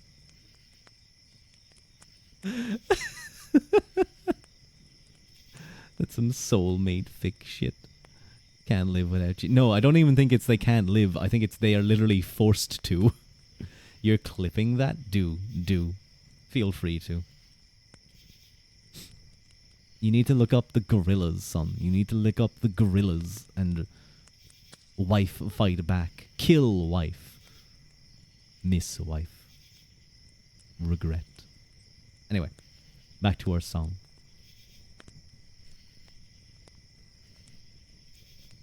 When Lear heard that, he came for the girl and married her, and brought her home to his house, and there was honour and affection with Aoife for his sister's children, and indeed no person at all could see those 4 children without giving them the heart's love. And Bove Durg used often to be going to Lear's house for the sake of those children, and he used to bring them to his own place for a good length of time. And then he would let them go back to their own place again. And the men of Dea were at that time using the feast of age in every hill of the sheath in turn. And when they came to Lear's house, those 4 children, with their joy and delight for the beauty of their appearance, and it is where they used to sleep, in beds in sight of their father Lear, and he used to rise up at the break of every morning to lie down among his children. Aw, cute. It is what came of all this, that a fire of jealousy was kindled in Aoife, and she got to have a dislike and a hatred of her sister's children. Ruadh internal monologue. Then she let on to have a sickness that lasted through nearly the length of a year. And at the end of that time she did a deed of jealousy and cruel treachery against the children of Lear. One day she got her chariot yoked, and she took the 4 children in it, and they went forward towards the house of Bove Durg. But Fionnuala had no mind to go with her, for she knew by her she had some plan for their death or their destruction, and she had seen in a dream that there was treachery against them in Aoife's mind, but all the same she was not able to escape from what was before her. When they were on their way, Aoife said to her people, "Let you kill now," she said, "the 4 children of Lear, for whose sake their father has given up my love, and I will give you your own choice of a reward out of all the good things in the world." We will not do that, indeed," said they, "and it is a bad deed you have thought of, and harm will come to you of it." Thank you for the face hold, Gusto. Thank you. And when the guard would not do as she bade them, she took out a sword herself, to put an end to the children, but she, being a woman and with no good courage and with no great strength in her mind, she was not able to do it. Guys, it's just a story. It's just a story. That's just the way it goes. Look, it's a good thing. It's a good thing that she couldn't do it. Let's all just admit that one. The reasons why, okay, the reasons why she couldn't do it, we'll ignore. They went on then, west to Loch Derroch, the lake of the oaks, and the horses were stopped there, and Aoife bade the children of Lear to go out and bathe in the lake, and they did as she bade them. And as soon as Aoife saw them out in the lake, she struck them with a druid rod, and put on them the shape of 4 white swans, 4 swans, white and beautiful, and it is what she said. "Out with you, children of the king! Your luck is taken away from you forever. It is sorrowful the story will be to your friends. It is with flocks of birds your cries will be heard forever." And Fionnuala said, "Witch, we know now what your name is. You have struck us down with no hope of relief. But although you put us from wave to wave, there are times when we will touch the land. We will get help when we are seen, help, and all that is best for us, even though we have to sleep upon the lake, as our minds will be going abroad early. Thank you for the follow, Jaggerly. Thank you very much. Welcome in, welcome in. You don't have a emote, but you imagine it. I imagine it. If you don't have an emote, ignore it. When you get your kids' fursuits, you get the fursuits and you cast them out into a lake. Go live. You want to say that you're a cat or a dog or something? Go live in the wilds. Not the fursuits. I'm telling you right now, if I had a son or a daughter that was like, Ruadh, Dad, I'm a cat, or I'm a dog, and they were like, I'm a furry, I would, for one, I'd be taking their phone away and their laptop. They would be banned from the internet for at least a year, because I know that's where they found that stuff. And then I would also, and if they complain, I would say, you are an animal. You don't get phones. Dogs can't use mobiles, you sillies. Have you seen the JP man with the dog suit? No. I mean, I've seen fursuits before, but I feel like worst dad ever. Oh no. Oh no. But Dad, it's not just a phase. Okay, cool. You get to eat dog food too. If you really want to go down this route, we'll go down this. Oh no, you like got into a fight. I have to put you down now. If dogs get into a fight, if they like bite someone, if they like attack someone, I have to put you down. I have to bring you to the vet. It was so realistic. You thought it was just a big dog? I'm gonna have to look this up later. I'll give you rabies, Dad. I'll put you down myself. I'm gonna do like Old Yeller. I'm gonna get my shotgun.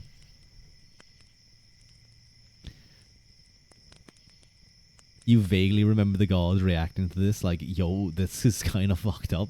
I think that's kind of what. No, you get back here, young man. It has to be with the sword. Okay, fine. I guess I can give you the good death at least. You remember a video of someone eating dog food in front of his dog, and then looking at the dog disgustingly, like, why do you eat this? Ned Stark style? No, I still remember reading that page.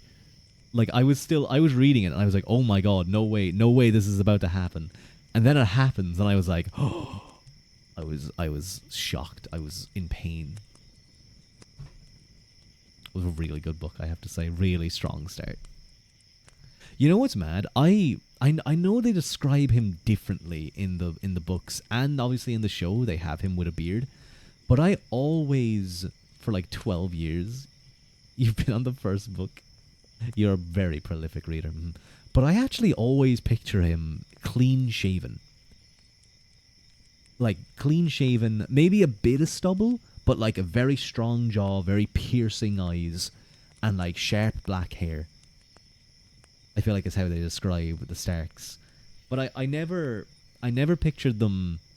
I never pictured Ned anyway with a big beard, even though I think it actually describes him with a beard. But I just never.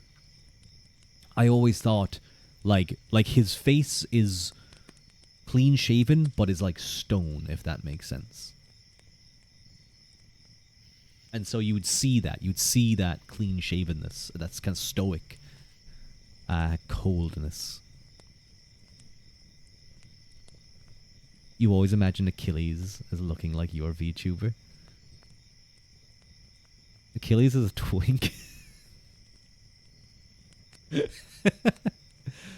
Just angrier? Yeah, I suppose so. I feel like you could be like Alcibiades' son. That's how I imagine. Patroclus.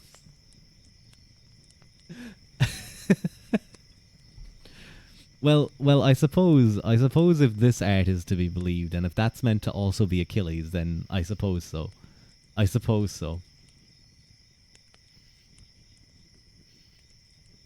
Ah, my eye tracking isn't working again. Then who shall be your Socrates? You're your own Socrates. You're reading a lot. Anyway, let's continue our story. They've been turned into birds, into swans. And then the 4 children of Lear turned towards Aoife. And it is what Fionnuala said. It is a bad deed you have done, Aoife, and it is a bad fulfilling of friendship. You to destroy us without cause, and vengeance for it will come upon you, and you will fall in satisfaction for it. For your power of our destruction, it is not greater than the power of our friends to avenge it on you. And put some bounds now, she said, to the time this enchantment is to stop on us. I will do that, said Aoife. And it is worse for you. You have to have asked it of me. And the bounds I set to your time are this, till the women from the south and the men of the north come together. And since you ask to hear it of me, she said, no friends and no power that you have will be able to bring you out of these shapes you are in through the length of your lives, until you have been 300 years on Loch Derroch, and 300 years on Screw na Mail between Ireland and Alban, and 300 years at Iris Damon and Innis Gluair. And these are to be your journeys from this point out, she said. But then repentance came to Aoife, and she said, since there is no other help for me to give you now, you may keep your own speech, and you will be singing sweet music of the sheath that will put the men of the earth to deep sleep, and there will be no music in the world equal to it, and your own sense and your own nobility will stay with you, the way it will not weigh so heavy on you to be in the shape of birds. Go away now, out of my sight, children of Lear, with your white faces, with your stammering Irish. It is a curse on tender lads, they to be driven on the rough wind, 900 years to be on the water. It is a long time for anyone to be in pain. It is I put this on you through treachery. It is best for you to do as I tell you now. Lear that got victory with so many a good cast, his heart is a kernel of death in him now. The groaning of a great hero is a sickness to me, though it is I that have well earned his anger. And then the horses were caught for Aoife, and the chariot yoked for her, and she went on to the palace of Bove-Derg. And there she was welcomed before her from the chief people of the palace, and the son of the Dagda asked her why she did not bring the children of the Lear with her. I will tell you that. It is because Lear has no liking for you. He will not trust you with his children, for fear you might keep them from him altogether. I wonder at that, said Bove-Derg, for those children are dearer to me than my own children. And he thought in his own mind it was deceit the woman was doing on him, and it is what he did. He sent messengers to the north to Sheed Fianachia, and Lear asked him, what did they come for? On the head of your children, said they. Are they not gone to you along with Aoife? Are they not gone along to you with Aoife? They are not, said they. And Aoife said it was yourself would not let them come. It is downhearted and sorrowful that Lear was at that news, for he understood well it was Aoife had destroyed or made an end to his children. And early in the morning on the morrow, his horses were caught, and he set out on the road to the southwest. And when he was as far as the shore of Loch Derroch, the 4 children saw the horses coming towards them, and it is what Fionnuala said. A welcome to the troop of horses I see coming near to the lake. The people they are bringing are strong. There is sadness on them. It is us they are following. It is us they are looking for. Let us move over to the shore, I, the Fiacre, and Comely Con. Those that are coming could be no other in the world, but only Lear our father and his household.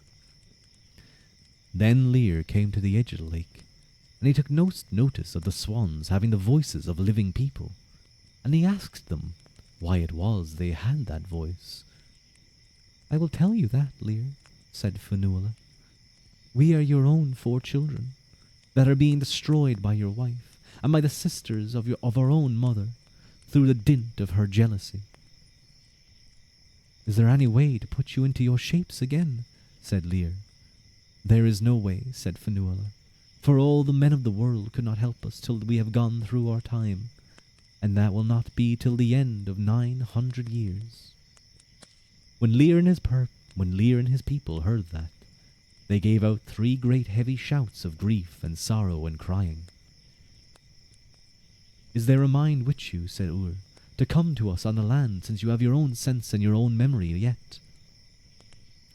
We have not the power, said Fionnuala, to live with any person at all from this time, but we have our own language, the Irish, and we have the power to sing sweet music, and it is enough to satisfy the whole race of men to be listening to that music. And let you stop here tonight, she said, and we will be making music for you.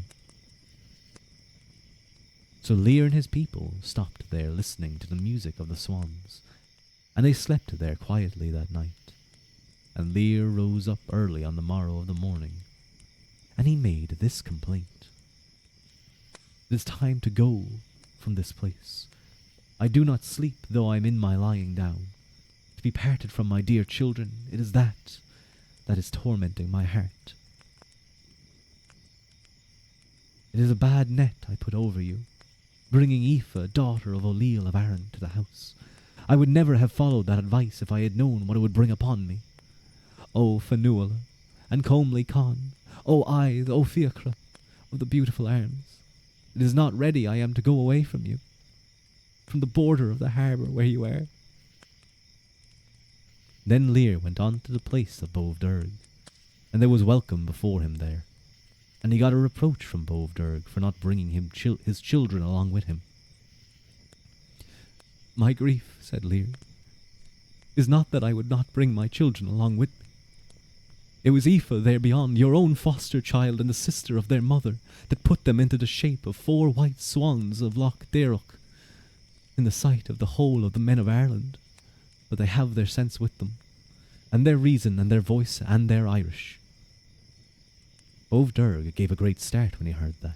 No, Fox, I'm trying to get into character. I'm trying to emphasize that Lear is really struggling right now. He's going through great grief, and you just come in here and you poke me.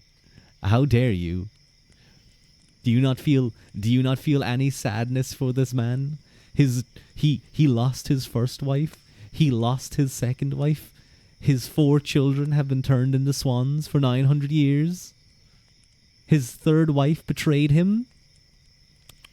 I can't believe this. Ruadh reads Greek plays when. Do you guys like my... I'm trying to put a little bit of emotion into it. Do you guys like my sad voice? I don't... Maybe I should do it more. Was in the forest out with dogs, now back, soon sleep. Ooh, that sounds really nice, Shampoo. I hope... Give the doggies head pats. Give the doggies head pats from me. You're helping you feel great grief so you can understand him? That's what happens every time I get face poked.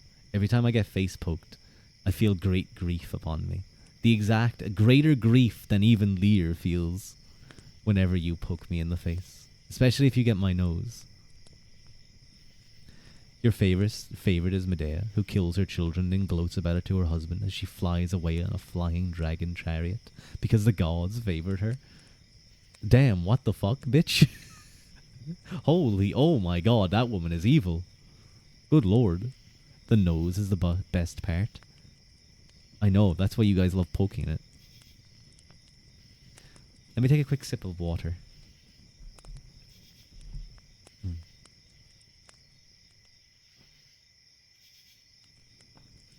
Girl damn, yeah, she girl bossed a little bit too hard. But I guess she girl bossed enough for her reasoning is that her husband cheated on her, so she kills everything he had from her. Did he cheat on her? If he did, then, that's still, killing his children. Her children. Oh my god. He did, oh. She could have just killed him, Medea is just misunderstood. Well, clearly the gods liked her enough.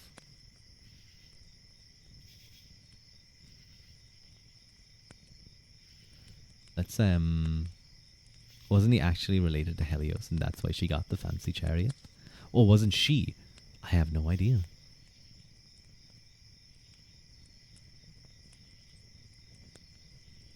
Why can't we have divine sponsored girl bossery today? Mike, you can. You just gotta girl boss it up. Just don't girl boss too much, or otherwise you'll end up like you'll end up like Cinder, and have like every single big indie VTuber attacking you because you girl bossed too hard and you tried to manipulate people.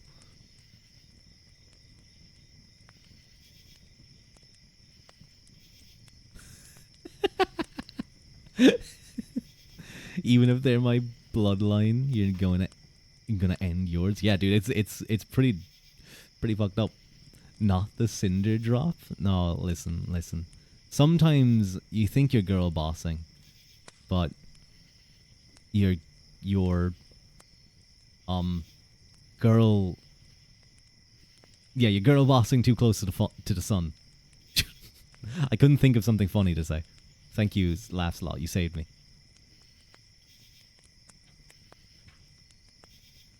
But let's continue with the reading. As you're reading the replies to the my apology, I cannot wait to look at it. I'm gonna go after stream. I'm probably gonna spend like some time like reading through the whole story, or at least most of the big stuff, and see what's happening. You were furiously scrolling through chat to see if anyone got there first. That's fair. Thank you.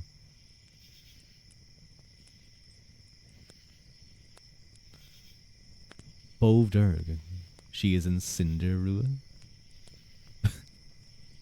She's in Cinders. It's bad. Oh no. Oh no. Well, that's what you get for being mean. Just being a bad person. Don't be a bad person, guys. Be good. Bovdur gave a great start when he heard that, and he knew what Pete Lear had said was true. And he gave a very sharp reproach to Aoife, and he said, "This treachery will be worse for yourself in the end, Aoife, than to the children of Lear. And what shape would you yourself think worse of being in?" he said. "I would treat worst of being a witch of the air," she said. "It is into that shape I will put you now." Oh, wait.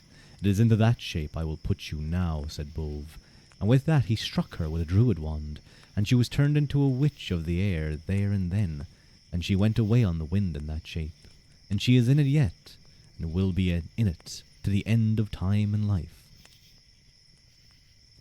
As to Bovderg and the Tuatha Dé, they came to the shore of Loch Deirach, and they made their camp there to be listening to the sweet music of the swans. And the sons of the Gael used to be coming no less than the men of Dea to hear them from every part of Ireland, for there never was any music or any delightful sound heard in Ireland to compare with the music of those swans. And they used to be telling stories and to be talking with the men of Ireland every day, and with their teachers and their fellow pupils and their friends. And every night they used to sing very sweet music of the Sheath, and every one that heard that music would sleep sound and quiet, whether troubled or long sickness might be on them.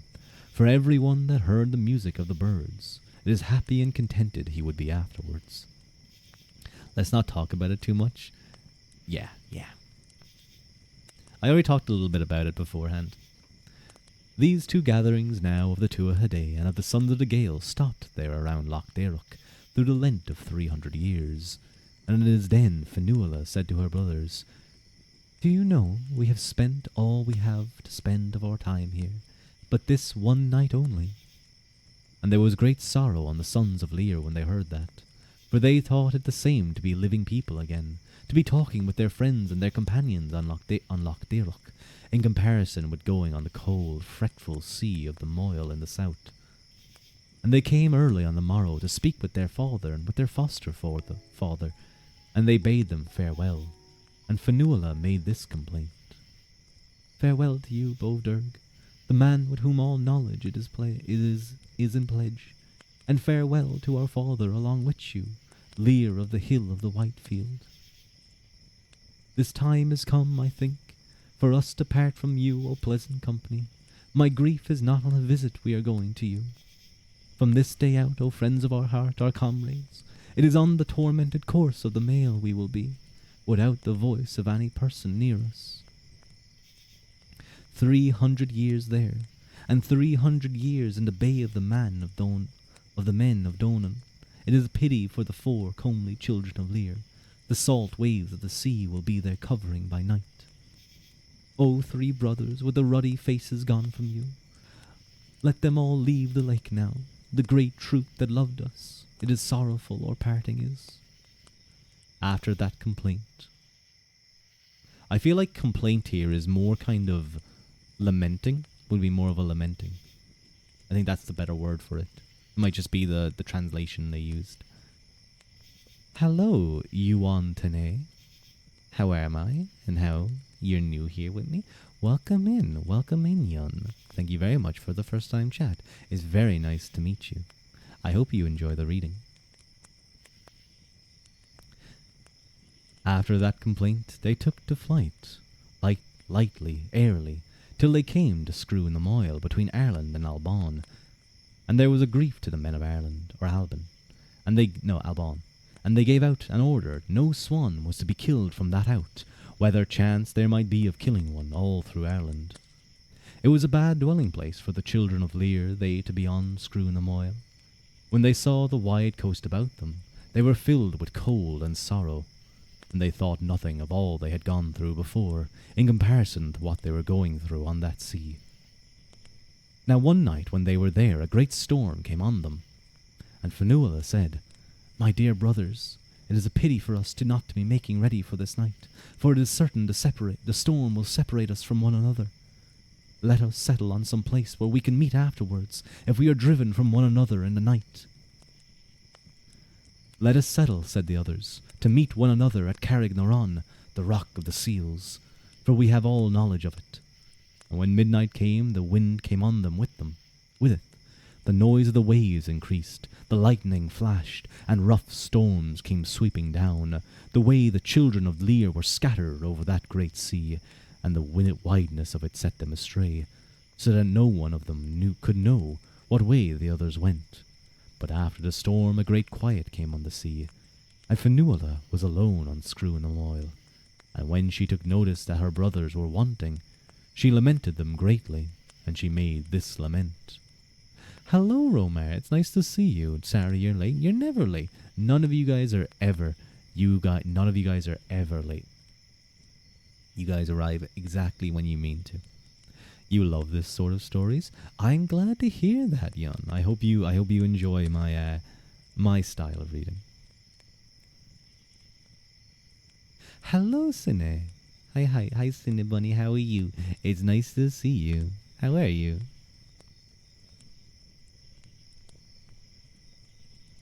It is a pity for me to be alive in the state I am.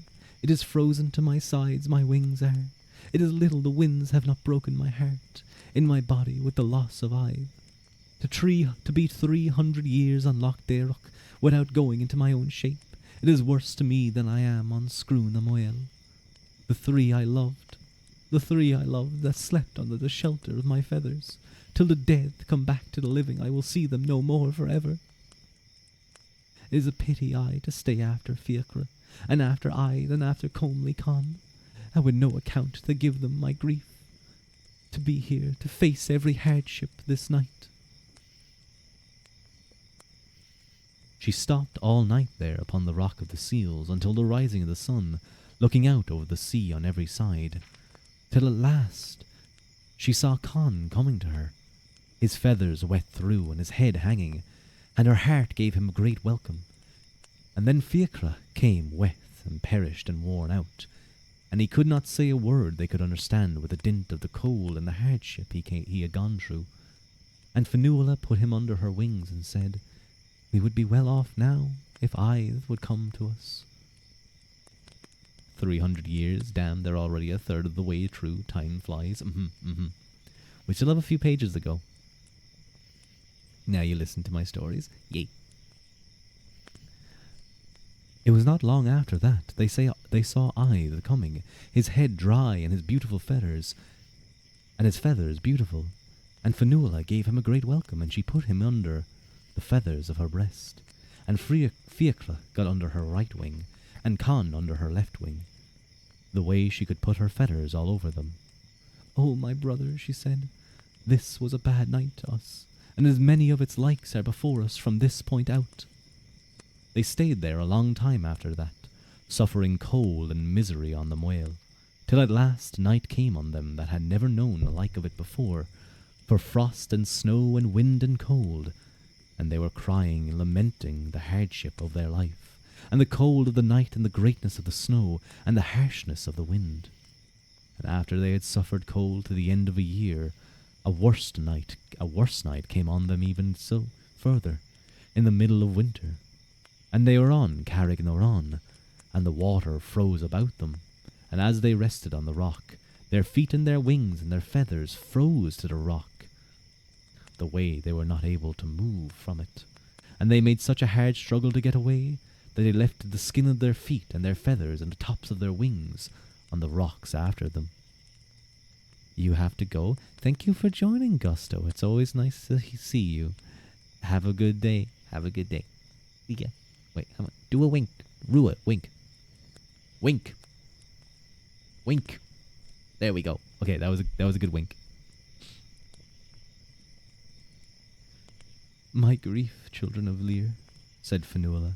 "It is bad our state is now, for we cannot bear the salt water to touch us, and there are bonds on us not to leave it. If the salt water goes into our wounds," she said, "we will get our death." And she made this lament.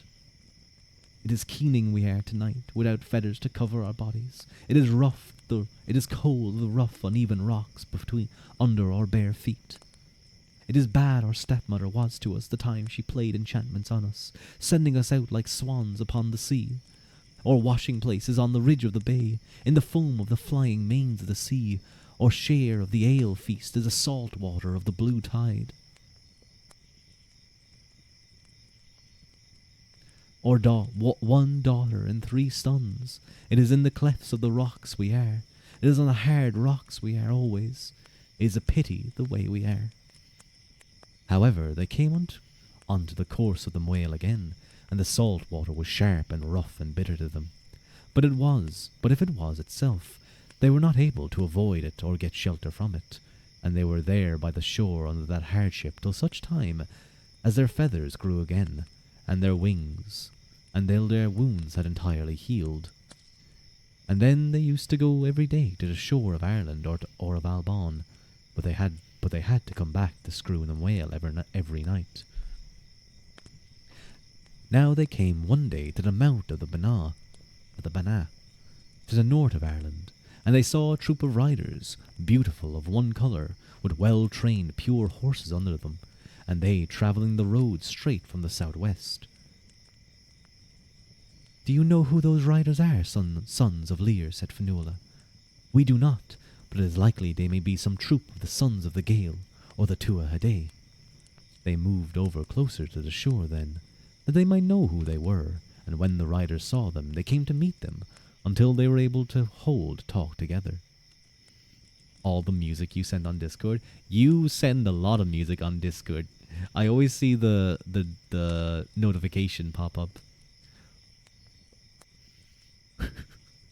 Son.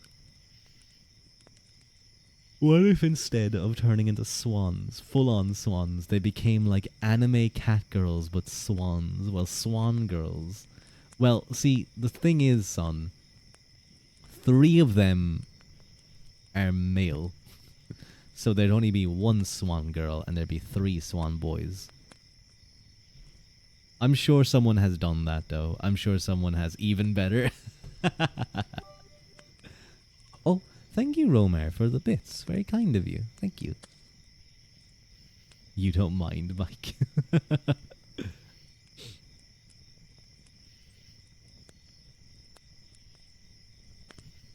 Where was I? Oh, yeah. The chief men among them were 2 sons of Bovderg, Ide Ephasuk of the Quickwits, and Fergus Fequilloch of the Chess, and the third part of the riders of the Sheath along with them, and it was for the swans they had been looking for a long while before that. and when they came together they wished one another a kind and loving welcome. The children of Lear asked for news of all the men of Dea, and above all of Lear and Bove Durg and their people. They are well, and they are in one place together, said they, in your father's house at Sheath Fianachria, using the feast of age pleasantly and happily, and with no uneasiness on them, only for being without yourselves, and without knowledge of what happened to you from the day you left Loch Diaruk, or Diavruk. That was not been the way with us, said Fionnuala, for we have gone through great hardship and uneasiness and misery on the tides of the sea until this day. And she made this lament. There is delight tonight with the household of Lear, plenty of ale with them and wine, although it is in a cold dwelling place this night are the 4 children of the king. It is without a spot or bedclothes are, our bodies covered with curved feathers, but it is often we are dressed in purple, and we are drinking pleasant mead. I don't get what they mean by this. It is what our food is and our drink, the white sands and bitter water of the sea. It is often we drank mead of hazelnuts from round 4-lipped drinking cups. It is what our bodies are, it is what our beds are, bare rocks out of the power of the waves. It is often there used to be spread out for us beds. Oh, sorry, I see what they're doing now. They're comparing, in each line they're comparing what they're going through now to what they used to do. There used to be spread out for us beds of the breast feathers of birds. Though it is our work now to be swimming through the frost and through the noise of the waves, it is often a company of the sons of kings who are riding after us on the hills of Bove. It is what wasted my strength, to be going and coming over the current of the Moyle the way I never used to, and never to be on the sunshine of the soft grass. Fiacra's bed and Con's bed is to come under the cover of my wings on the sea. I that has his place under the feathers of my breast, and the 4 of us side by side. The teachings of Manannán without the seat, the talk of Bove Durg on the pleasant ridge, the voice of Angus, his sweet kisses, it is by their side I used to be without grief. Son. Bad. I don't like that comment. Hang on. How do I ban a particular comment? Why did... Yeah, I'm going to delete that message. Bold. Ruadh is being mean to you? You deserved it. You deserved it.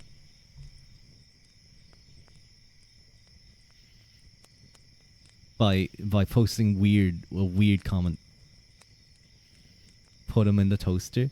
You ain't putting me in no toaster. I'm gonna put you in the toaster. Do I need to show the art again, son? Do I need to show this? Do I need to show the Roman submitting to the Gael?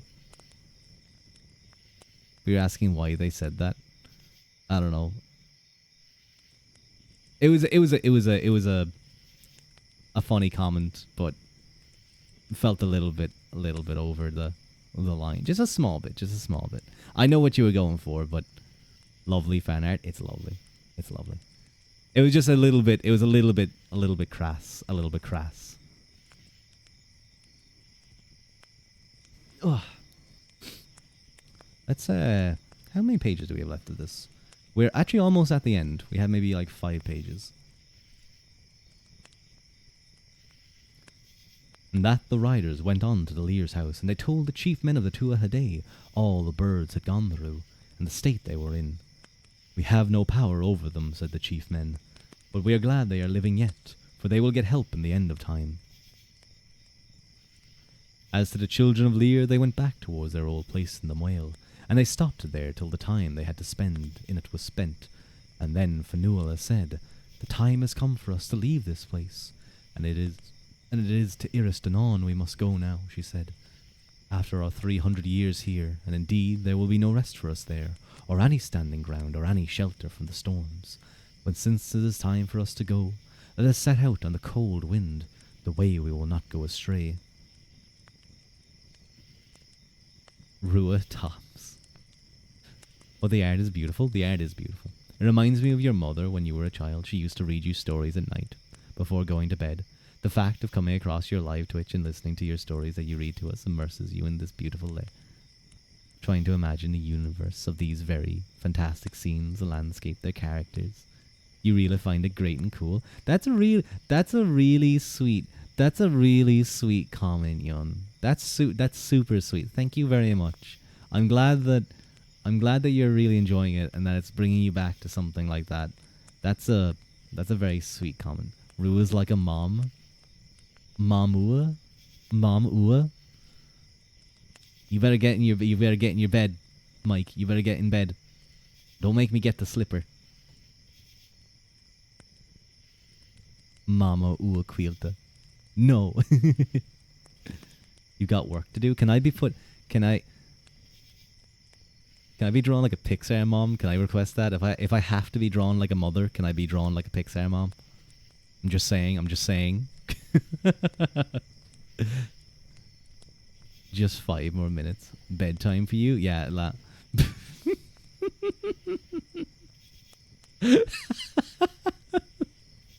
Okay, son, that got me. Hi, Angel. It's nice to see you. Pixar? Did I say Disney by accident, or did I mean Pixar?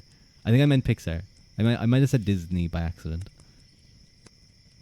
Someone draw Rua as a pirate. I see. As a pirate mom. I could be a pirate mom. You could give me like a hook hand. It's the extra H that makes it. It really is. That's the funniest part.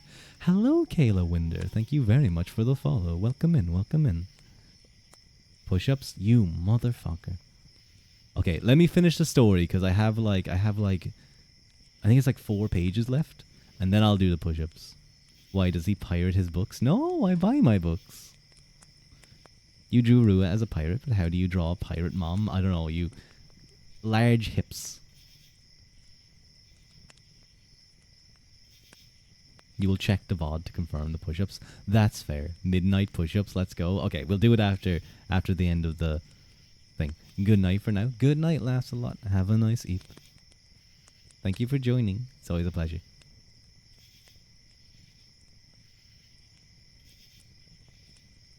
So they set out that way, and left Scroon the Whale behind them, and went to the point of Iristanon. And there they stopped, and it is a life of misery and a cold life they led there. And one time the sea froze about them, and they could not move at all.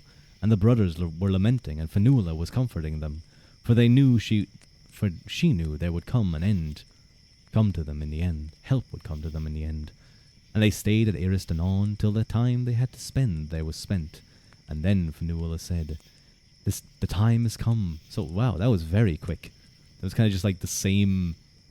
That was like a paragraph they spent there, all 300 years. The time has come for us to go back to Sheed Fiancria, where our father is with his household and with our own people. It pleases us well to hear that, they said. So they set out flying again through the air lightly till they came to Sheed Fiancria. And it is how they found the place, empty before them, and nothing in it but green hillocks and thickets of nettles, without a horse, without a fire, without a house, without a whetstone, without a hearthstone. And the 4 pressed close to one another then, and they gave out 3 sorrowful cries, and Fanula made a lament. It is a wonder to me this place is, without a house, without a dwelling place, to see it the way it is. It is bitterness to my heart. Without dogs, without hounds for hunting, without men, great kings, we never knew it to be like this when our father was in it. Without horns, without cups, without drinking in the lighted house, without young men, without riders, the way it is tonight is foretelling of sorrow. The people of the Sheed, the people of the place to be as they are now, it is grief to my heart. It is plain to my mind tonight the lord of the house is not living. The house where we used to see music and playing and the gathering of people. I think it a great change to see it lonely tonight. The greatness of the hardships we have gone through, going from one wave to another on the sea. We've heard of the likes of them coming on any other person. But seldom this place had its part, with grass and bushes, The man is not living that would know us. It would be a wonder to him to see us here. However, the children of Lear stopped that night in their father's place and their grandfather's, where they had been reared, and they were singing very sweet music at the sheath, and they rose up early on the morrow, and went to Innisglare, and all the birds of the country gathered near them on Loch Na'an, the lake of the birds, and they used to go there out to feed every day to the far parts of the country, to Innisgea and to O'Keel, the place, Don, son of Meal, and his people that were drowned and were buried, and to all of the western islands of Connacht, and they used to go back to Innisglare every night. Ancient texts love to gloss over the details, and so the Messiah was thusly crucified, and all were sad, and then sometime later the coronavirus caused like that would be quite the glossing. Good morning, Inca. Welcome in. I'm sorry, you kind of caught the middle of near the end of quite a sad tale of the children of Lear. Can't stay long because you have work, but have a lovely stream. Thank you, Mama. It's nice to see you. I hope you have a good day. I hope work goes quick for you. I'll be going to bed soon, so I will close my eyes and I'll open them, and by that time it's over, you will be done. That's the real Mama Ua. Yeah. Some viewers were talking about how I go, because I read stories, it's that I'm reading to them in bed and I'm like a mama, and I was like, Mama Ua, draw me like a Pixar mom if I'm going to be drawn like that. But now the real Mama Ua, the real creator of me, showed up. You're so sleep deprived. You got 3 hours last night. You're so cooked. Oh no, Ink, I know that pain. I know that pain of getting terrible sleep on a Sunday and having to battle through it as best you can. You got this, Inca. Just get some kind of coffee or caffeine into you. I believe in you.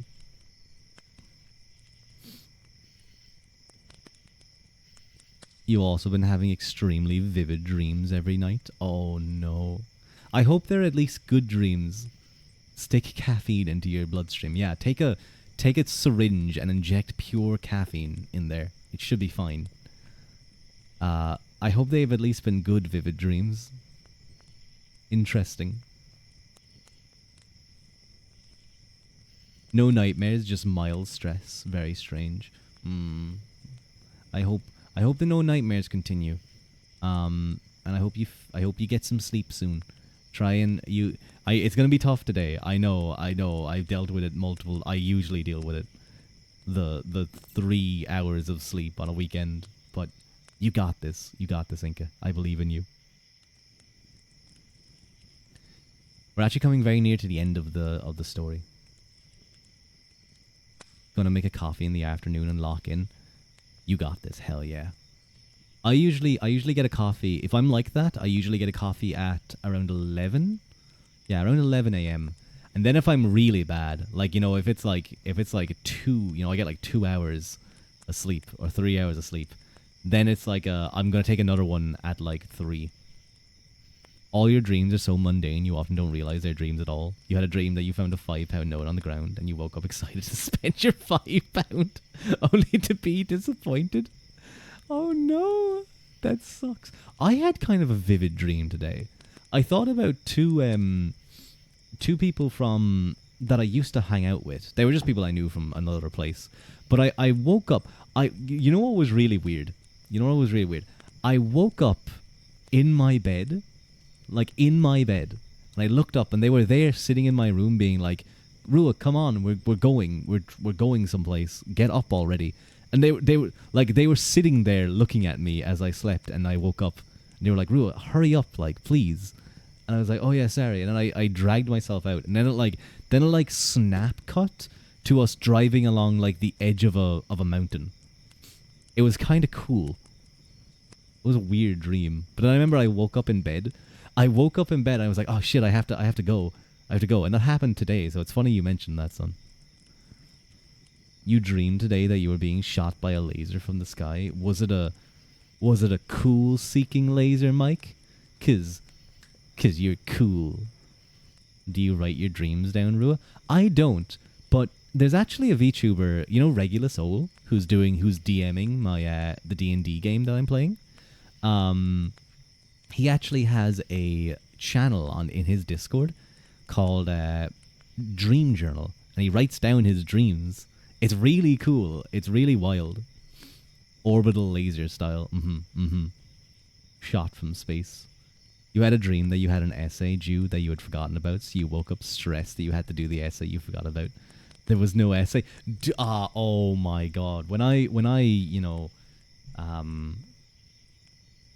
graduated, because even a Tua Hade has to adapt to the modern world and get qualified. When I did such, and I went to say, I remember I woke up like the next week. Yeah, even a Tua Hade has to go back and get qualifications sometimes. It's kind of lame. But I remember I woke up like a week after. I was like, "Oh God, I have exams to do," and I jumped out of bed and I was like scrambling, like, "What time is it? Oh my God, I think I overslept." Like there was genuine panic in my chest. I could feel my heart beating, and then I stopped and I was like, "Wait, no, hang on. I don't have to do any of that. Relax." Then I went back to bed, and it took a little bit of time for my chest to relax, but for my heart to slow down. Anyway, sorry. Let me finish reading. It was about that time it happened to them to meet a young man of good race, and his name was Abric, and he often took notice of the birds, and their singing was sweet to him, and he loved them greatly. No, son, no, not that kind of graduated. No. And he loved them greatly, and they loved him. And it is this young man that told the whole story of all that happened them, and put it in order. The story he told of what happened them in the end is this. It was after the fate of Christ and Blessed Patrick came into Ireland that Saint... I have no idea how to pronounce this name, good lord. That Saint Mochomhog... Oh, what the hell? I'm going to spell this name out for you guys. Even I'm struggling on this one.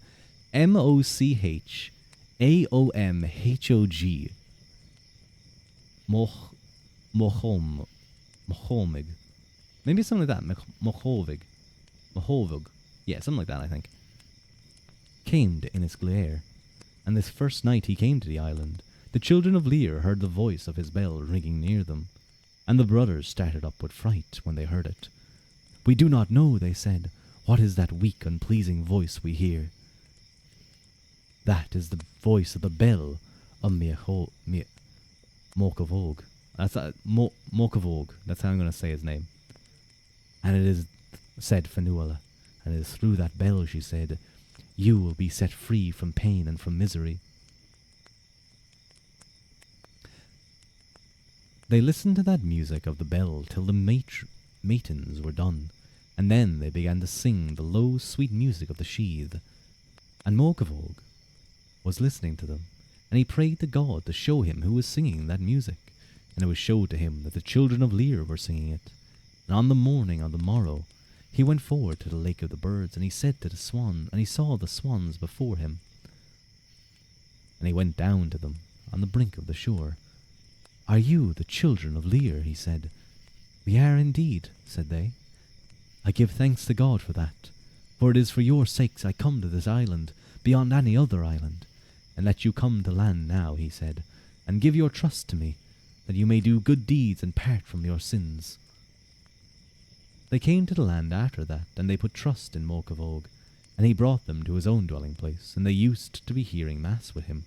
And he got a good smith, and bade make chains of bright silver for them, and he put a chain between Ide and Fionnuala, and a chain between Con and Fiacre, and the four of them were raising his heart and gladdening his mind, and no danger and no distress that was on the swans before put any trouble on them now. Now the king of Connacht at that time was Lairgren, son of Coleman, son of Covetuck, and Diok, daughter of Fagin, was his wife. And Diok, daughter of Fagin, was his wife. And that was the coming together of the man from the north and the woman of the south, that Aoife had spoken of. And the woman heard talk of birds, and a great desire came on her to get them, and she bade Lergnan to bring them to her, and he said he would ask them of Molkavog. And she gave her word she would not stop another night with him, unless he would bring them to her, and she set out from the house there and then, and Lergnan sent messengers after her to bring her back, and they did not overtake her till she was at Kildoon. And she went back home with them then, and Lergnan sent messengers to ask the birds of Molkavog, and he did not get them. There was great anger on Lergnan then, and he went himself to the place Molkavog was, and he asked was it true he had refused him the birds. It is true indeed, he said. And at that Lergnan rose up, and he took hold of the swans, and pulled them back off the altar, 2 birds in each hand, to bring them away to Diok. But no sooner had he laid a hand on them, that their bird skins fell off, and what was in their place was 3 lean, withered old men, and a thin, withered old woman, without flesh or blood, or without blood or flesh. And Lergnan gave a great start at that, and he went out from the place then. It is then Fionnuala said to Molkavog, "Come and baptize us now, for it is short till our death comes, and it's certain you do not think worse of parting with us than we do of parting with you, and make our grave afterwards.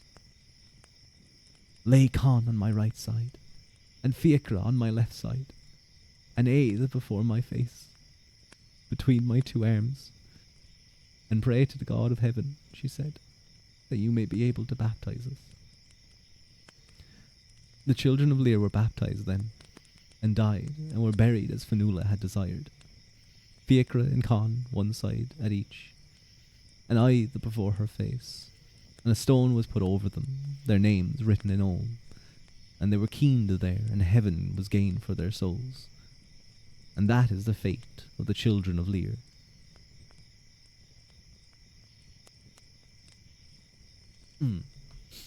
Oh wow, that the ending got me a little. When it described the way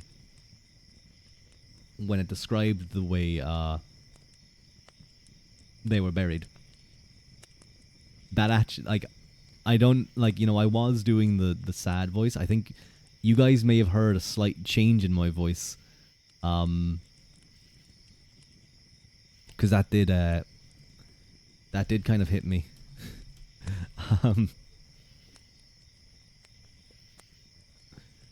Ooh.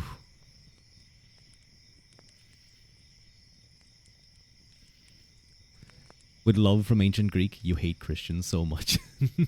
I actually think this is one of the stories. I don't know how.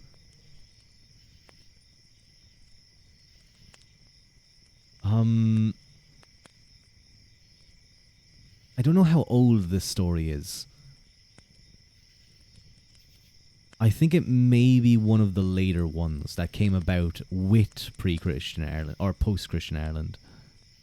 When you do voices like that, you get into character, and it's easier to get emotional over lines you wouldn't when you read normally. Just her describing the way they should be buried in the same way that she would protect them and care for them throughout their 900 years. That hit me hard. I knew the story on a general basis, but I think I'd forgotten that specific detail. The saddest Christian Irish story is the one where the gods are banished to the underground. You imagine them all being very sad. Well, no, son, that's not even like Christian necessarily. That's just the arrival of the Gael. That's the Battle of Magtura, where the Gael defeat the Tuatha Dé and drive them underground. But they go to the other world, to the world of the Sheath, where for a long time they have like all of the great, like, you know the way how it's describing, like they have all of these great feasts and stuff and they never age. That's where they live for most of their time. It's really only later on, kind of around the time of Fionn, you see them really start to fall off. They're often described in ways like, when they returned back to Loch Dara or Derig. Um, and it's described as being empty. At this point, like at that point, the power of the Tuatha had really fallen away. But the story of the whole, like, you know, that they were driven underground, that's not necessarily a Christian one. That's just pure. That's just what happens. They lost a battle to the Gale.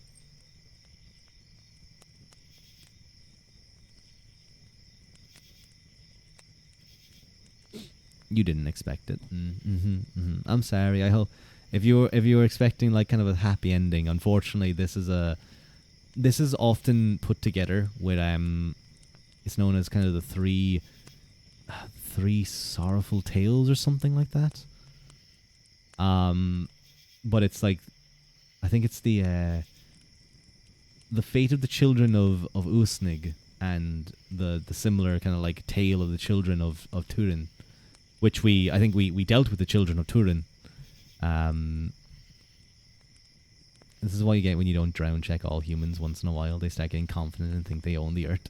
Good morning, Dee. Welcome in. Welcome in. You actually just missed the end of the reading for tonight.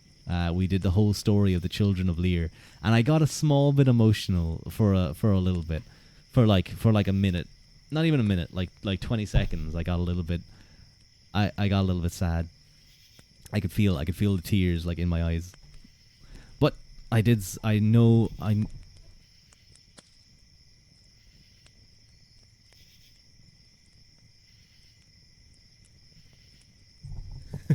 Okay, 2 seconds. Let me.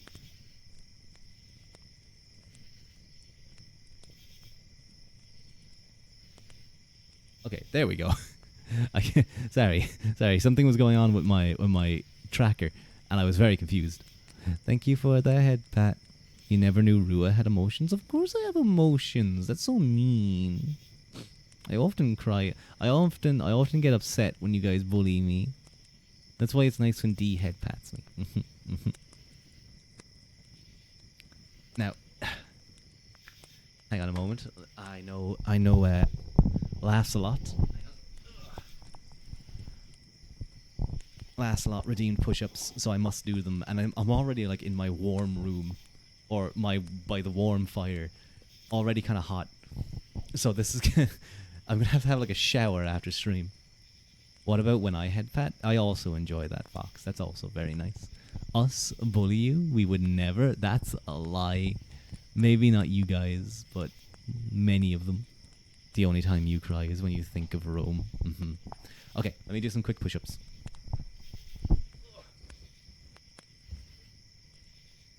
1, 2, 3, 4, 5, 6, 7, 8, 9, 10, 11, 12, 13, 14, 15, 16, 17, 18, 19, 20, 21, 22, 23, 24, 25, 26, 27, 28, 29, 30. Okay. There we go. Oh god. Oh no.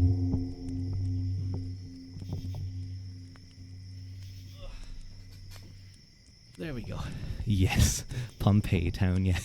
Cry when you think of Pompeii. Or when he thinks how cute Genzuki is. Excuse me. Sorry. No, but that makes sense. That's important. That's important. Because he is very cute. Dude, looking back, I didn't watch it back, but thinking how nervous I got to raid him. How nervous I got when, like, getting ready to raid him. Like, unironically.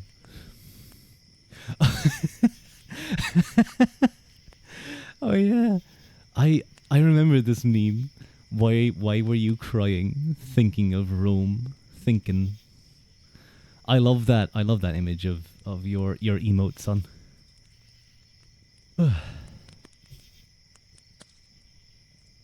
Hang on.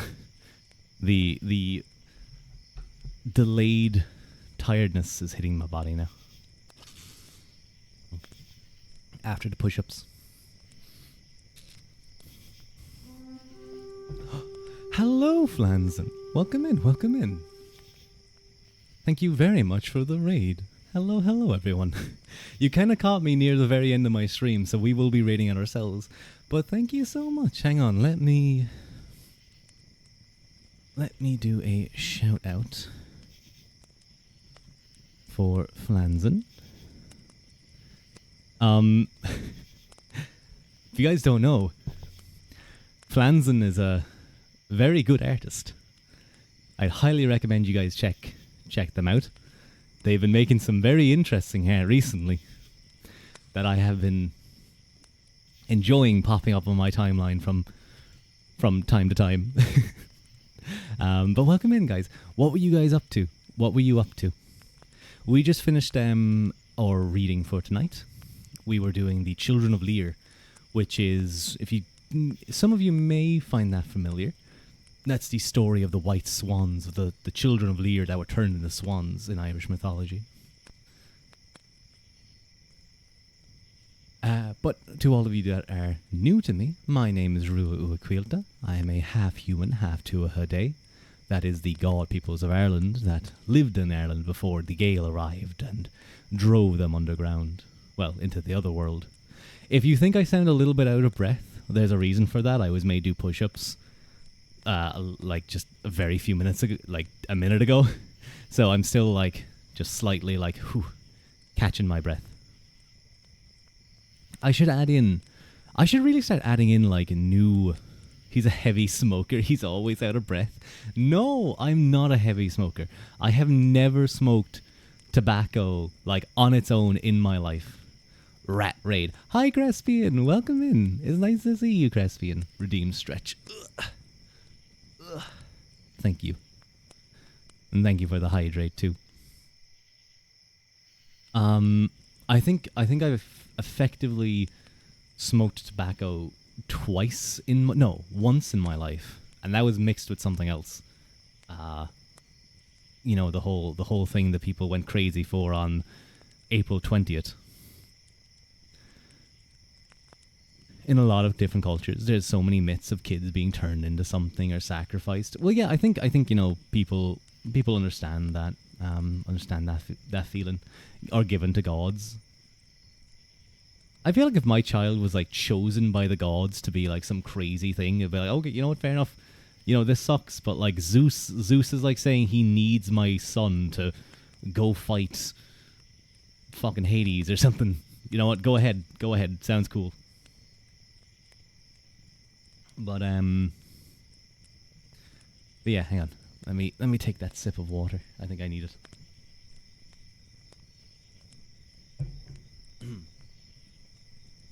It is poor timing, unfortunately, because I'm basically getting ready to head off because it is midnight now, and I do need to be in bed somewhat soon. I think it's so warm. Oh my god, dude! Everything running, I'm just roasting right now. The gods hate us, but we must love them anyway, or they'll hate us even more. You're not going to punch a god if he turned your kid into a fish or something. Like, he could do that to you as a punishment. No, he's going to turn you into fish food and then feed you to your son. And your son, being a goldfish, doesn't know what's going on. He just thinks, ooh, food. And you being fish food, you're not really sentient at that point. So, you know, you don't really get a chance to react. Maybe he'll give you sentience as fish food. But as fish food, would you be like a single piece of fish food just among a bunch of other fish food? For your crimes and transgressions against me, the king of gods, I transform you into a flake of fish food. Zap. Oh shit, it's caught in the wind, someone grab it. Then all the gods are like running around trying to grab this one flake of fish food that's kind of like floating away. Oh god, don't let it go off Mount Olympus. Oh god, if it goes down there, I won't be able to find it.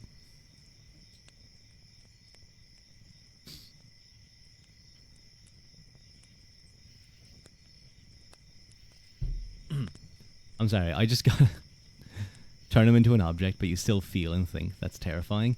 Yeah, that would be... I mean, I'm sure there's some objects people would love to be turned into, but... Jupiter laughs at the folly of man. That's a pretty good one. But like, if you were turned into like a floor and you just had people, well, no, again, there are people that like being stepped on. So, okay, if you're turned into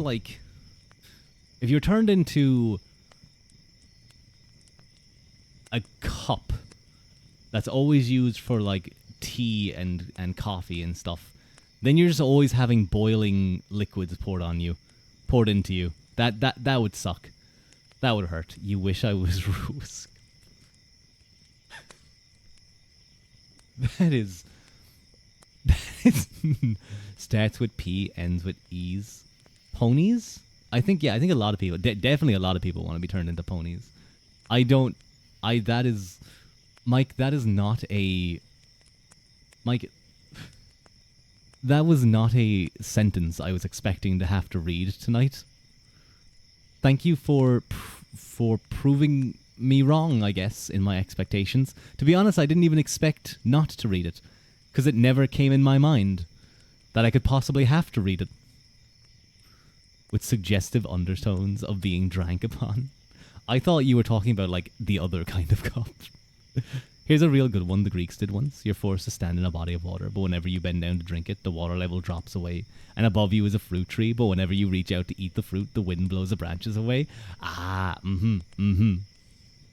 You could name yourself that in the Discord server. No, well, I guess we do have Rua's sword. I was about to say it's meant to all be body parts, but sure, if I don't accept that it's all body parts, or if I claim that it has to be all body parts, then I'm worried what that might mean. What that could possibly mean. So we'll stick with it can be anything that's related to me. So sure, go ahead and rename yourself that if you'd like. Unless you wait, Mike, are you already? I think aren't you like my right nostril hair or something? Or is that? I think Haru is the right one. I don't know. Fujos scare me with the things they come up with.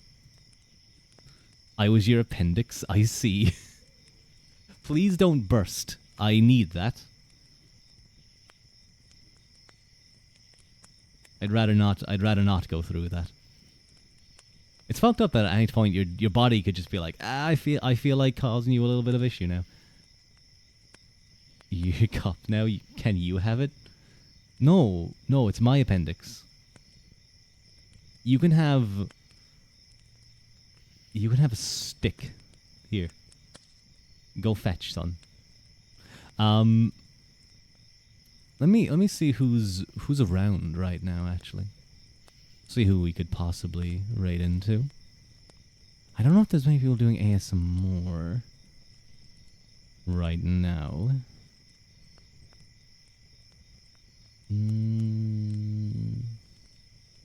All the people who usually do ASMR aren't even doing it today. You need a stick to tie your pine cone to? Oh yeah, look at that. It worked out perfectly.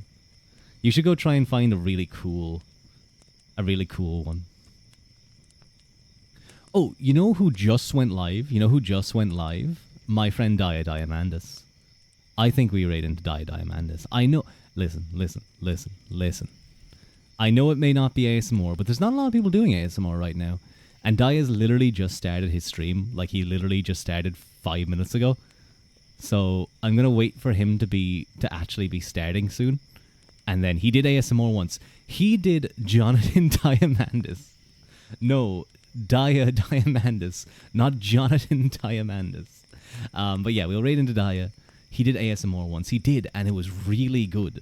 He's actually really good at ASMR. He should do more ASMR. He has a very nice soft voice for it. That's his new name. I don't want Jonathan Diamandis to be his new name.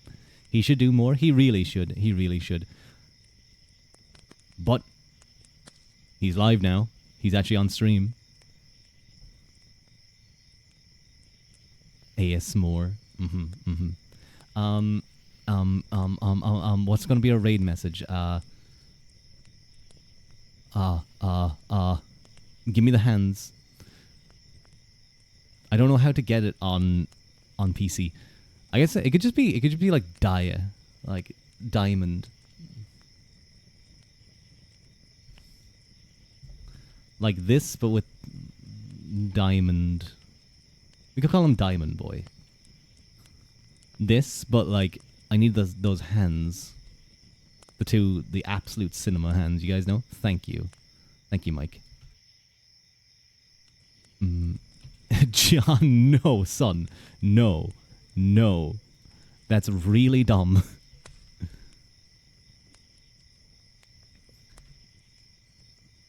No, what? Why did it make it a question mark, huh? Who's John? I don't know. They're claiming Daya's name is now John. That's not correct. It's still Daya. I was talking to him recently. Okay, you know what? Whatever. Just do whatever. Just do whatever, okay? Don't call him John, though. That's dumb. Anyway, I will talk to you guys later. Grab Mila Mahagut and Song the Fold. Thank you for joining me. I need to get to sleep. Bye-bye. The push-ups did happen. Bye.